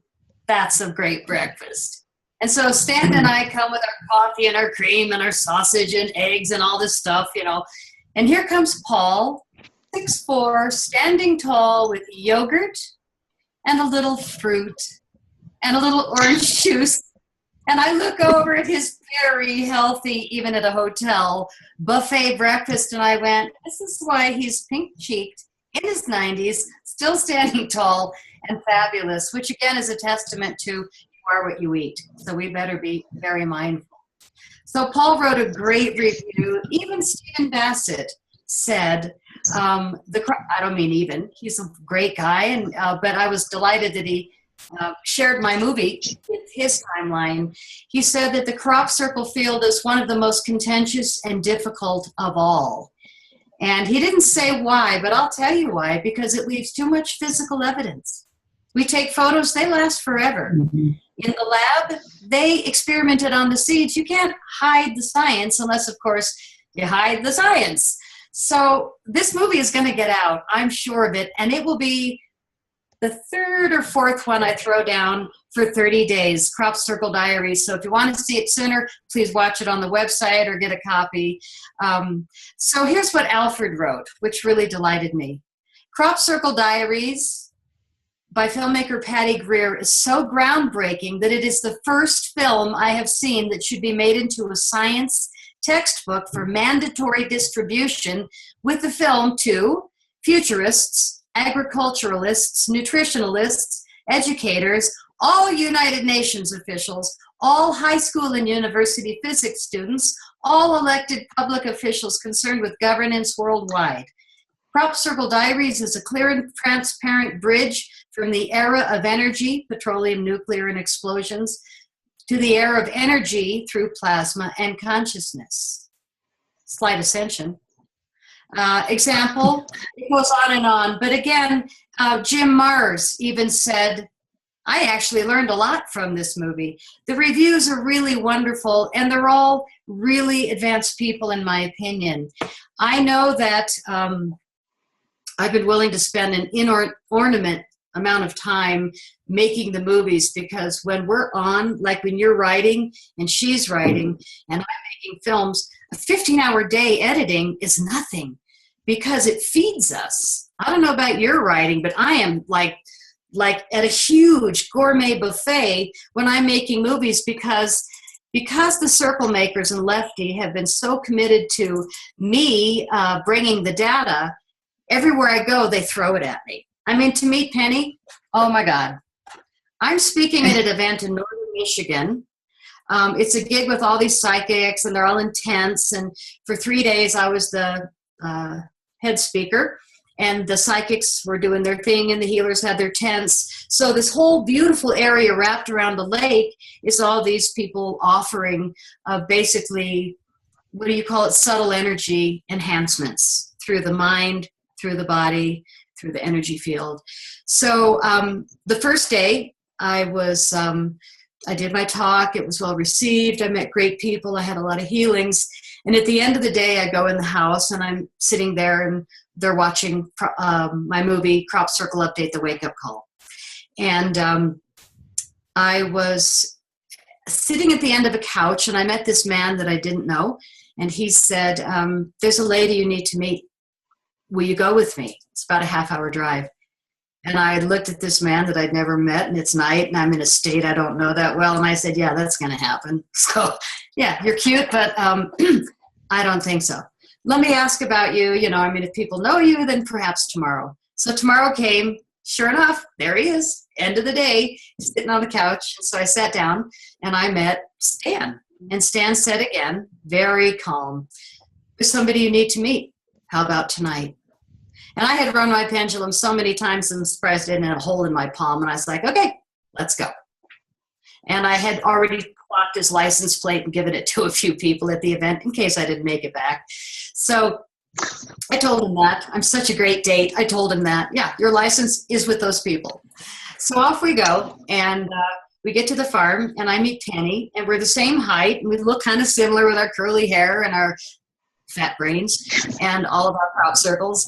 And so we get along great, but we weren't talking crop circles. We were eating cherries at a round table talking about ascension, consciousness, all these different things. But Stan never told me who Penny was. So now it's 2 in the morning. I said, Penny, I really liked meeting you. I'm not sure why Stan brought me here, but you're lovely. Thanks for the cherries. And Stan, you got to take me back because I'm speaking first thing in the morning. So hug. She says, well, let me give you one of my books. And she hands me a book. And I didn't look at the cover that said Lefty, by Penny and William Levengood. Instead, I went through the pages so that I could do kind of an energy scan. And where did it stop? It stopped at a photo of all these crop circle nodes. And I looked at the book and I looked at her and I said, what are crop circle nodes doing in your book?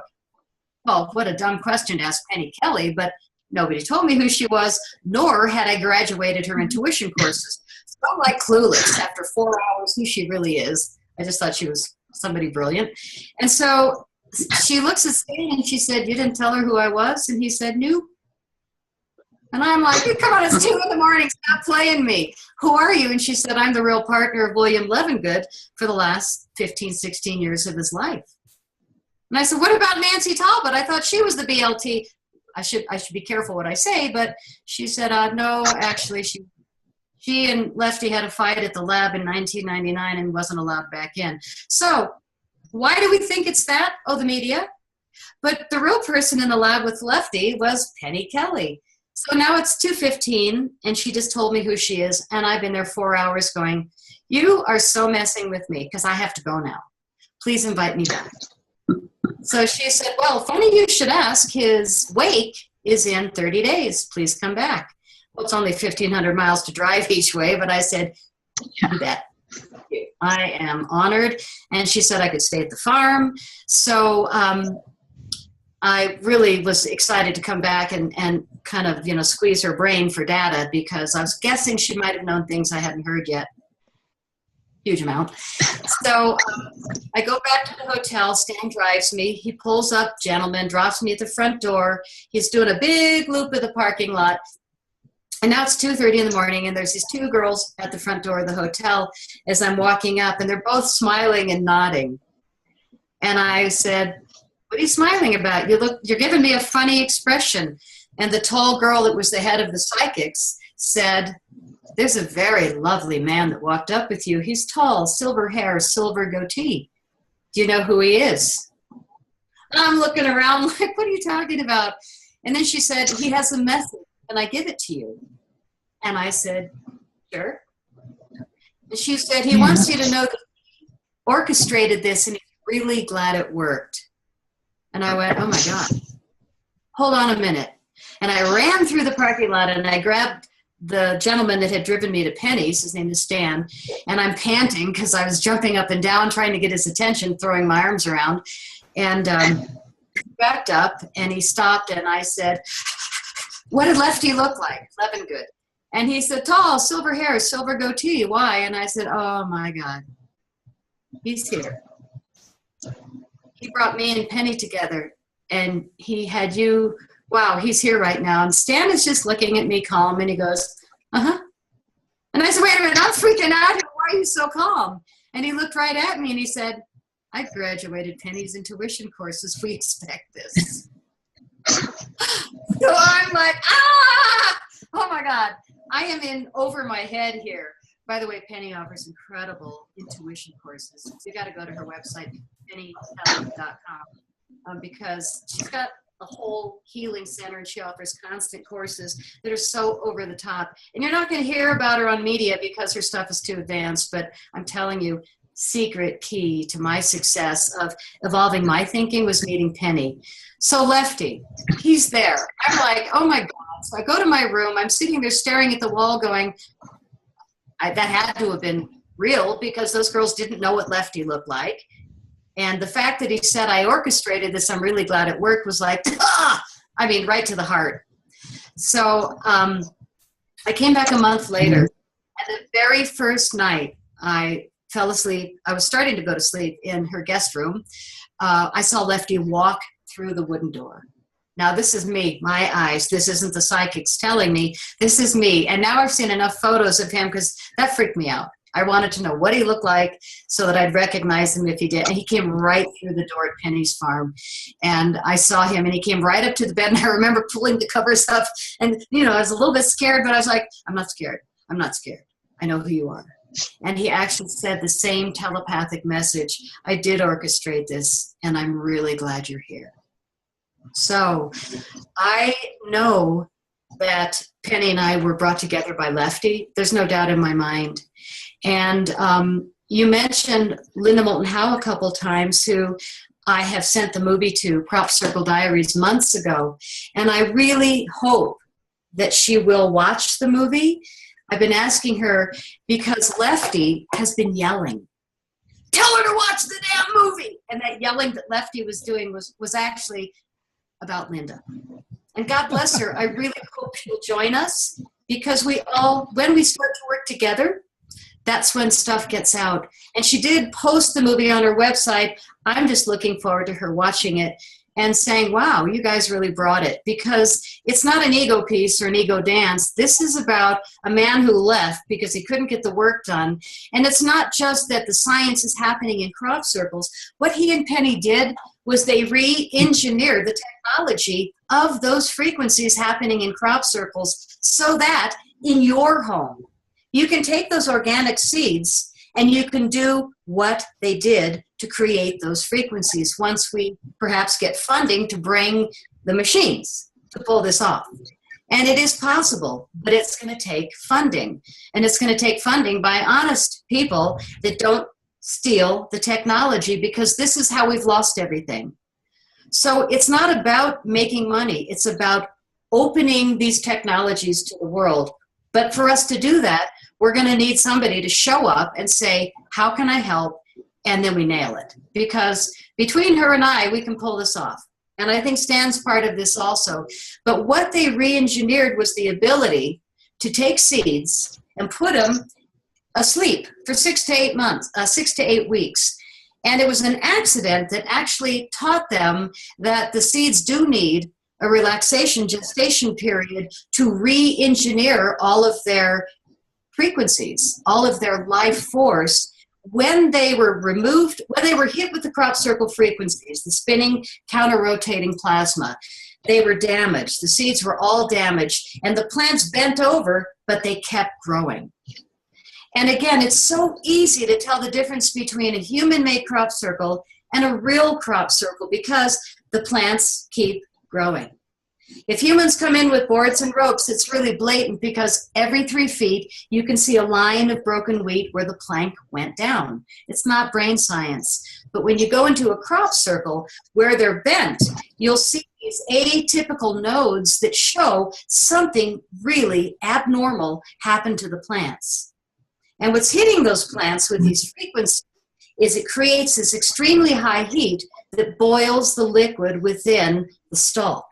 And that's why all this heat is blazing through these stalks of wheat, corn, barley, oats, whatever is hit at that time. But the node is this support every few inches that goes up the plant, and these things just explode. Some of them become elongated and stretched. Some of them grow a bubble because the heat just makes them explode. And then some of them even have a blackened area where it did explode and the steam escaped. And when you've got a field of cellulose, which all plants are cellulose, Penny explains is basic plastic, but natural form, you can't put boiling water on plastic or it's going to change its form. It's going to melt. It's going to change its visual shape. So that's what's happening in the crop circles. But again, these are intentional frequencies to change the elements of the entire structure of the plant. So we have so much biophysical evidence from crop circles that it's not really a phenomenon you can hide, unless, of course, you own the media and you push out a bunch of people willing to say, hey, look over there, the Kardashians are making a crop circle. Wow, look at her new purse. You know, and then everybody goes, wow, what a cool new purse. On the other hand, we're not going there. So I really honor the work that they did in the lab and the fact that crop circles are so darn real that you're not going to be able to hide them. And that's why we're giving away our work, is because the only work that's out there is basically numbing the brains of most people on this phenomena, UFOs, crop circles. So this was my first movie. It's called The Wake Up Call, Anybody Listening. And at 77 minutes, I showed the binary code between the two balls of light. Fourth movie, it still didn't work. You know, they just kind of kept hiding it. So The Shift Has Hit the Fan is movie 5, and that is the serial effect generator free energy device. And there's a crop circle that showed this schematic.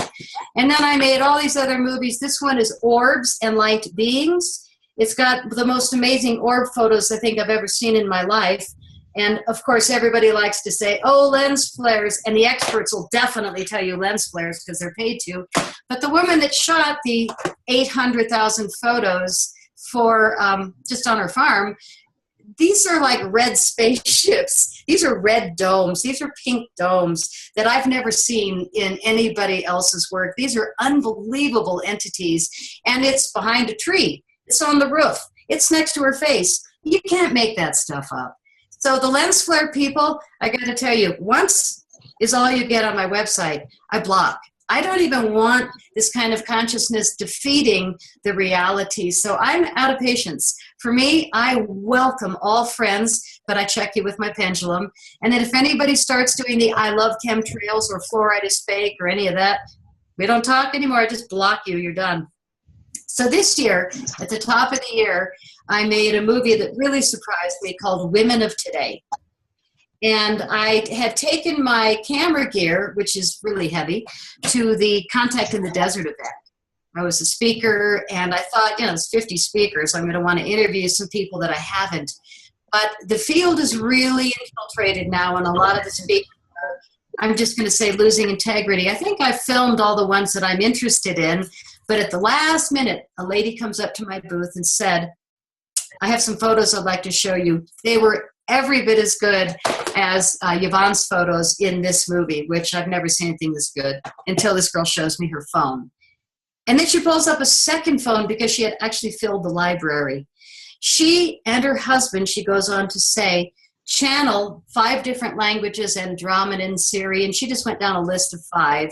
But she holds her hand up, and she touches his shoulder, and he draws a picture, paints a picture, a symbol, a group of symbols.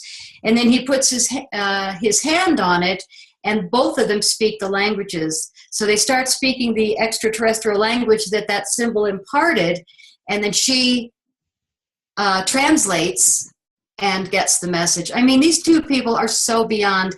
And I'm looking at her photos, and I'm listening to the story, and I finally looked up at her, and I said, oh my God, you're hybrid, aren't you? And she said, yes, I am. And that was it. Oh my God, women of today started. And then I walked over to where she was, and her friend was this stunning Black woman, absolutely beautiful. And I said, what do you do? And she said, I'm a psychic surgeon. And, throw me for a loop. I was like, how good are you? And she said, very. That's it. I'm doing a women's movie. So it turns out 33 women were filmed, most of them not famous, but they're all doing incredible things for humanity. And even though we've got Mr. Famous Elon Musk with all the money and the nice shirts on all of his fancy press releases, we're going to go to Mars and I'm going to do it. I've got a woman in Women of Today, Shanaz Soni, who's actually been working for NASA and Boeing as the liaison human that's making sure that the ships are going to work that are headed to Mars within the next 15 years. They've got 60 that will be in production, and they're on their second elevation of the schematics. It's a woman. It's a woman doing the work, and she's in this movie.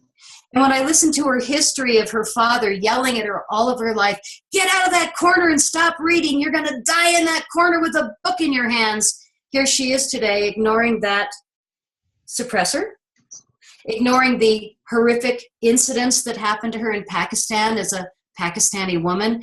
Everything that could possibly go wrong with humanity is still happening there today. I'm sorry, it makes me sad.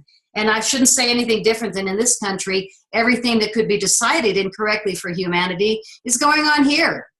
So we need to start, sorry to say it, listening to the women. And we're not going to be the ones on TV with all the funding, but we are the ones bringing babies into the world, all of you. We are the ones nursing babies, all of you. If you were lucky enough, your mom did it. But I'm saying there's a reason that we really are here together. And I don't know what it is about men having an issue with wise women, but this movie will be 2nd or 3rd on our free month. And I really relish the thought of it getting out. And there's like a paralegal, but you know what she's doing? She's hanging on ribbons and doing flips and spins. We feature the beauty and the grace of women that are working in spirit.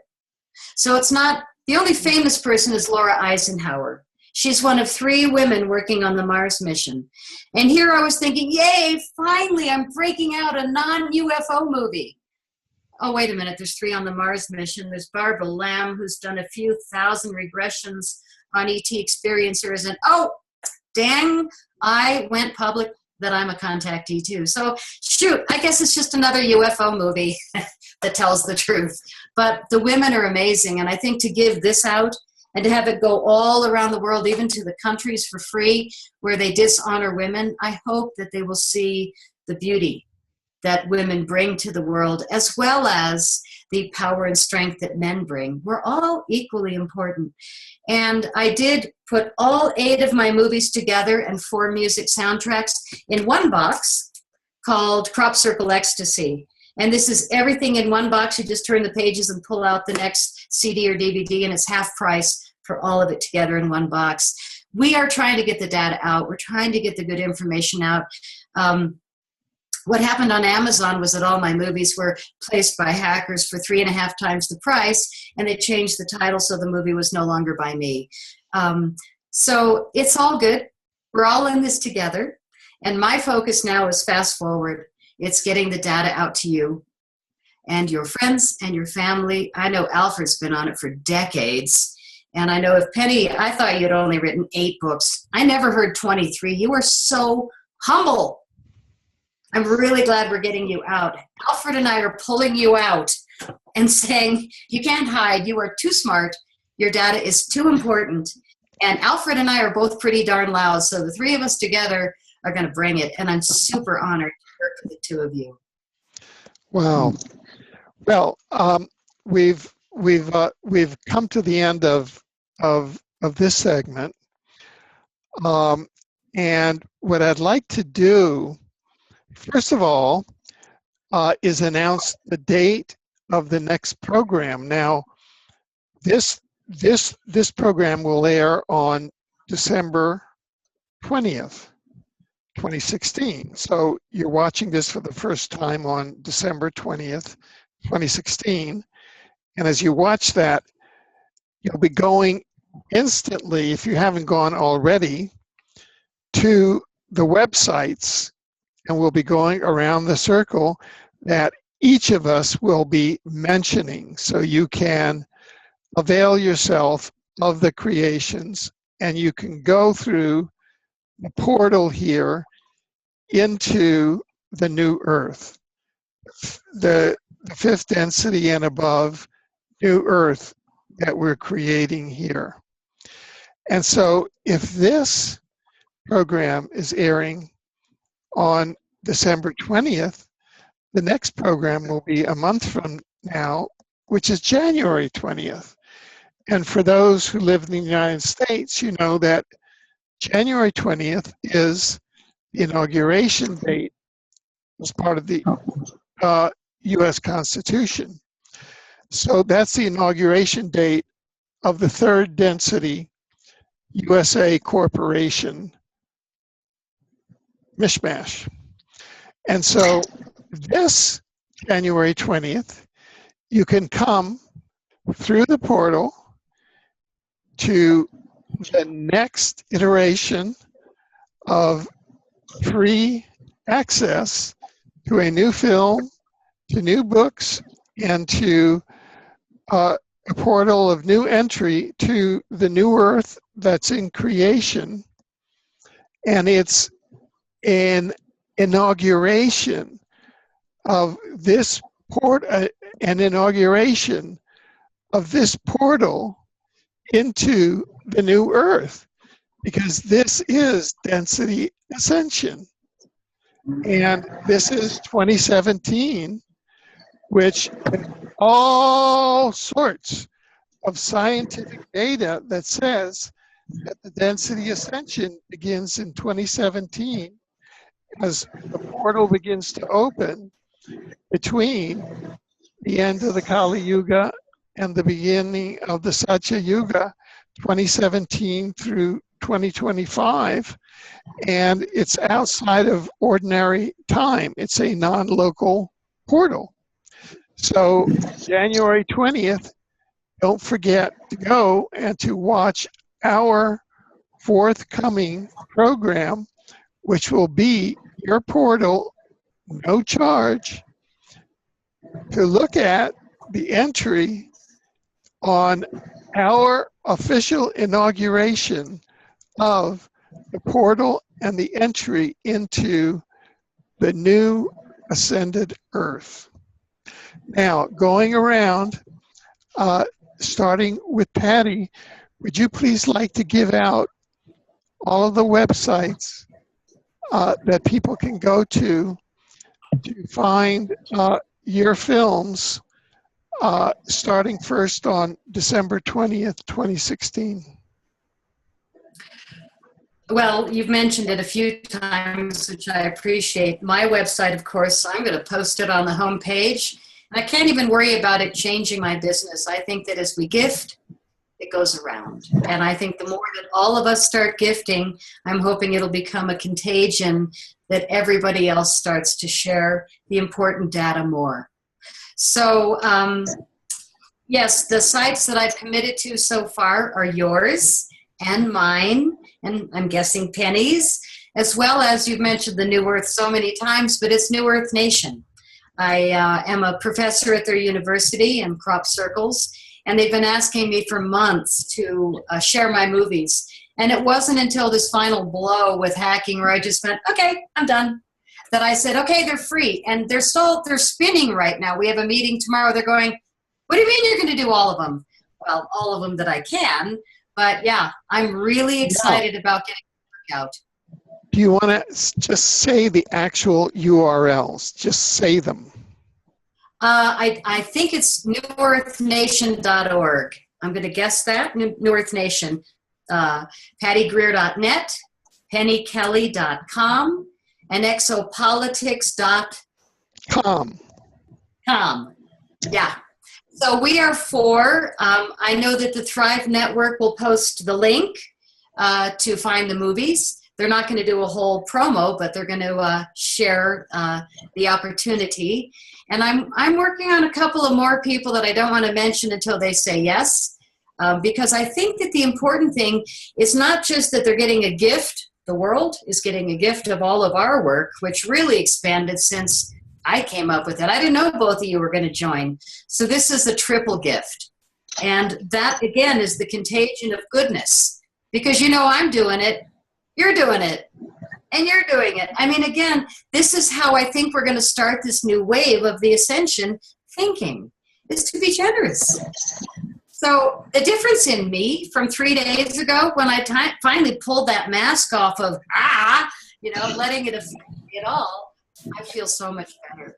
And I think that if every person starts to pull the mask off of the stuff their family's throwing at them or the blah, blah, blah, whatever it is that's making us nuts, pull it off, put it outside, and get back to yourself, because we have the ability to move every truck off our faith. We do.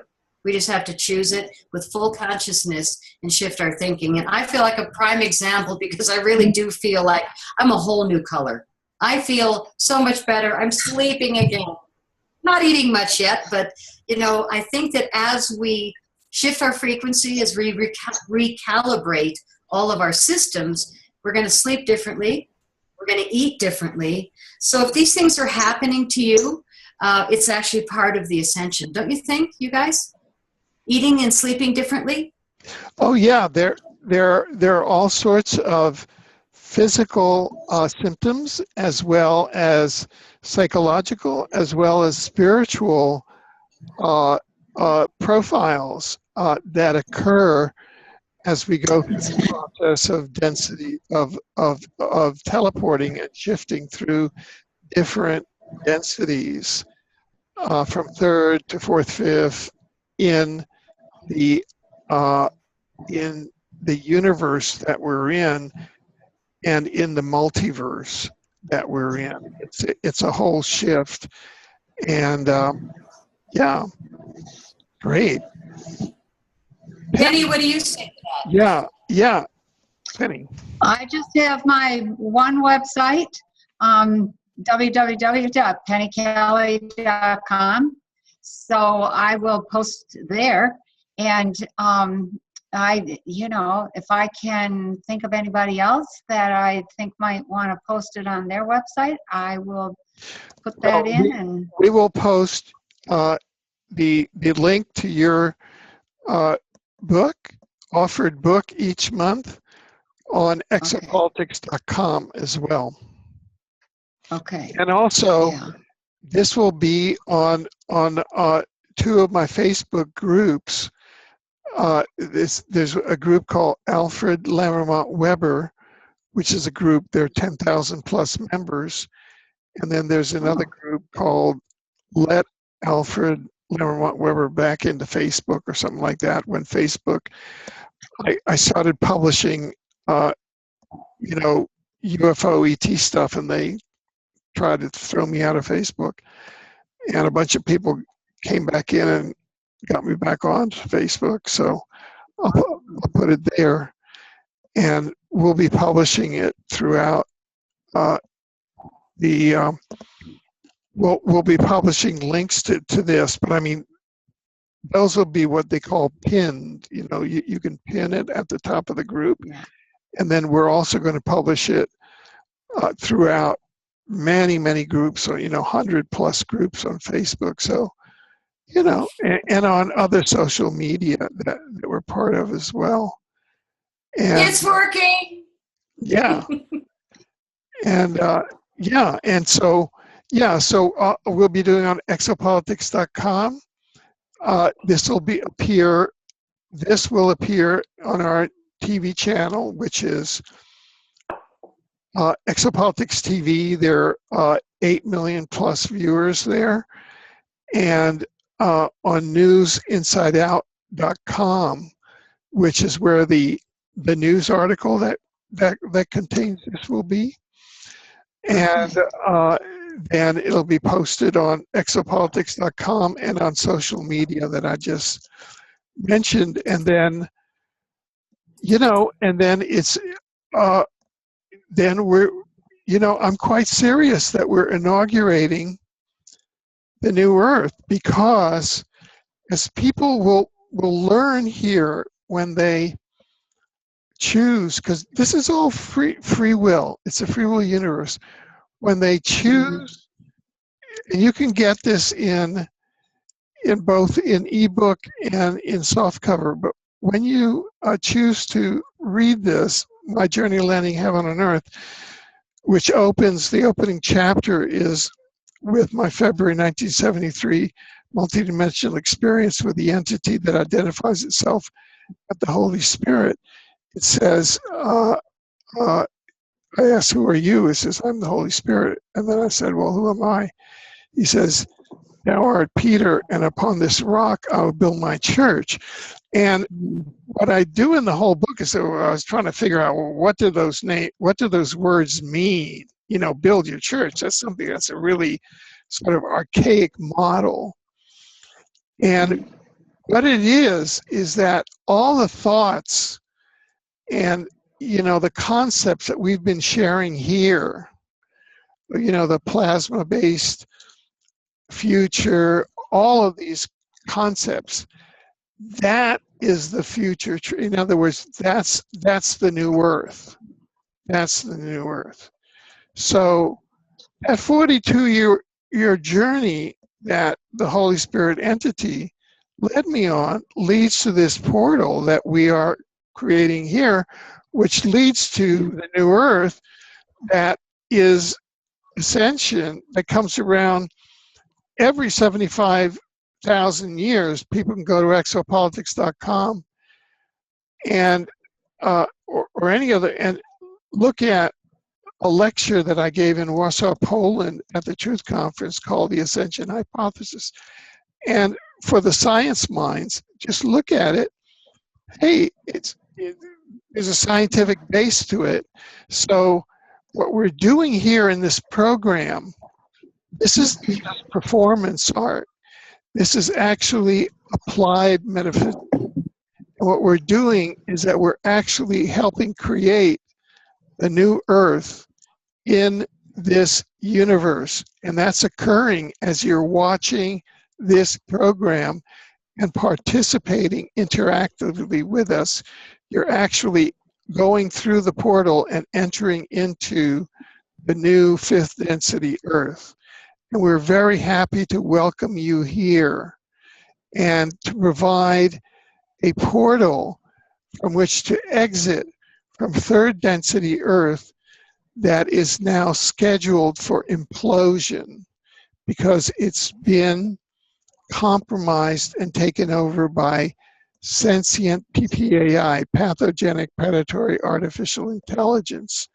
And what happened to me, to give you a backstory, was that in March of 2015, I was given an inner signal that said, you have to quickly write this before the AI takes over. So I wrote this very quickly, starting in March 2015, and I published it on July 13th, 2015.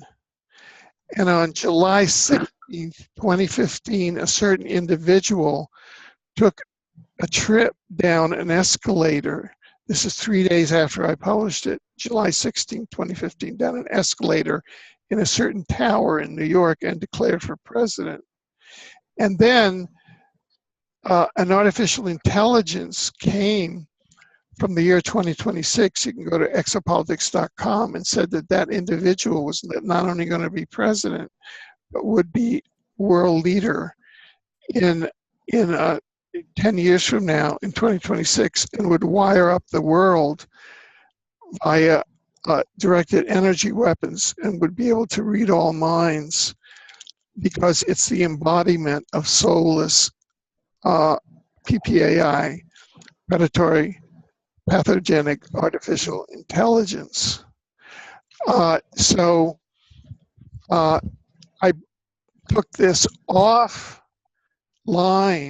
shortly after that, because that entity was taking, and the $2 billion 2016 selection was taking all the oxygen out of the room. And now in December 20th, 2016, I finally have found the portal into the new earth, so I can offer this again, that my divine soul higher input has said to offer it. So this is actually the ascension process, and this is actually, you're watching it in real time, in my humble opinion.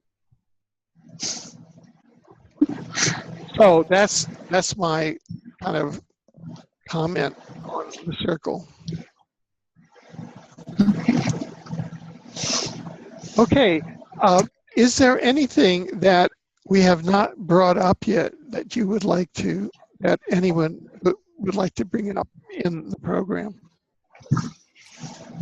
Well, I would like to just briefly bring up a final thought, which is our mission is to bring the data, and we're going to gift it because the industry is too challenging to get the real stuff out. And part of being able to do that wholeheartedly and on a regular basis will be also that we need people that have been blessed with tremendous abundance to be able to put some of that abundance toward our work. Those of us really working hard and not receiving income, it would be nice to have that balance of people making donations. Penny, you, me, the more funding that shows up, the more this work can get out. So I think that's a really important balance to the gifting program, is that those who have abundance, it's also their part if they're not doing actively public speaking, writing books, making movies, whatever it is that they can do to help with the ascension. If they don't have those skills, this is a beautiful way that they can help, is to share the abundance that they were gifted with, because that is their gift. We're all gifted with 10 points in different ways. I always had money. I was always generous until I made 8 movies that told the truth. And then it's just been like this, what do I call it? Financial breatharian. I've never had a chapter like this. And it just says to me, you're pushing the truth button. And that's the only reason. It's not because my work isn't worthy. It's because it's too truthful. So God bless us all. May we all become too truthful. Penny? I don't have anything more to add. I'm good for now. So other than that, it was really nice to be part of this. So thank you for that. Yeah, and I want to express my heartfelt gratitude and thanks to you both for your work and your courage and your determination to break through, and for the confluence of us having synchronistically come together in this juncture, and having created this portal to the new earth, and to follow through its creation into 2017, and a practical portal and opening into the ascended new earth. Thank you. Thank you, Alfred. You're so welcome. Thank you very much. Thank you, Yeah. Penny.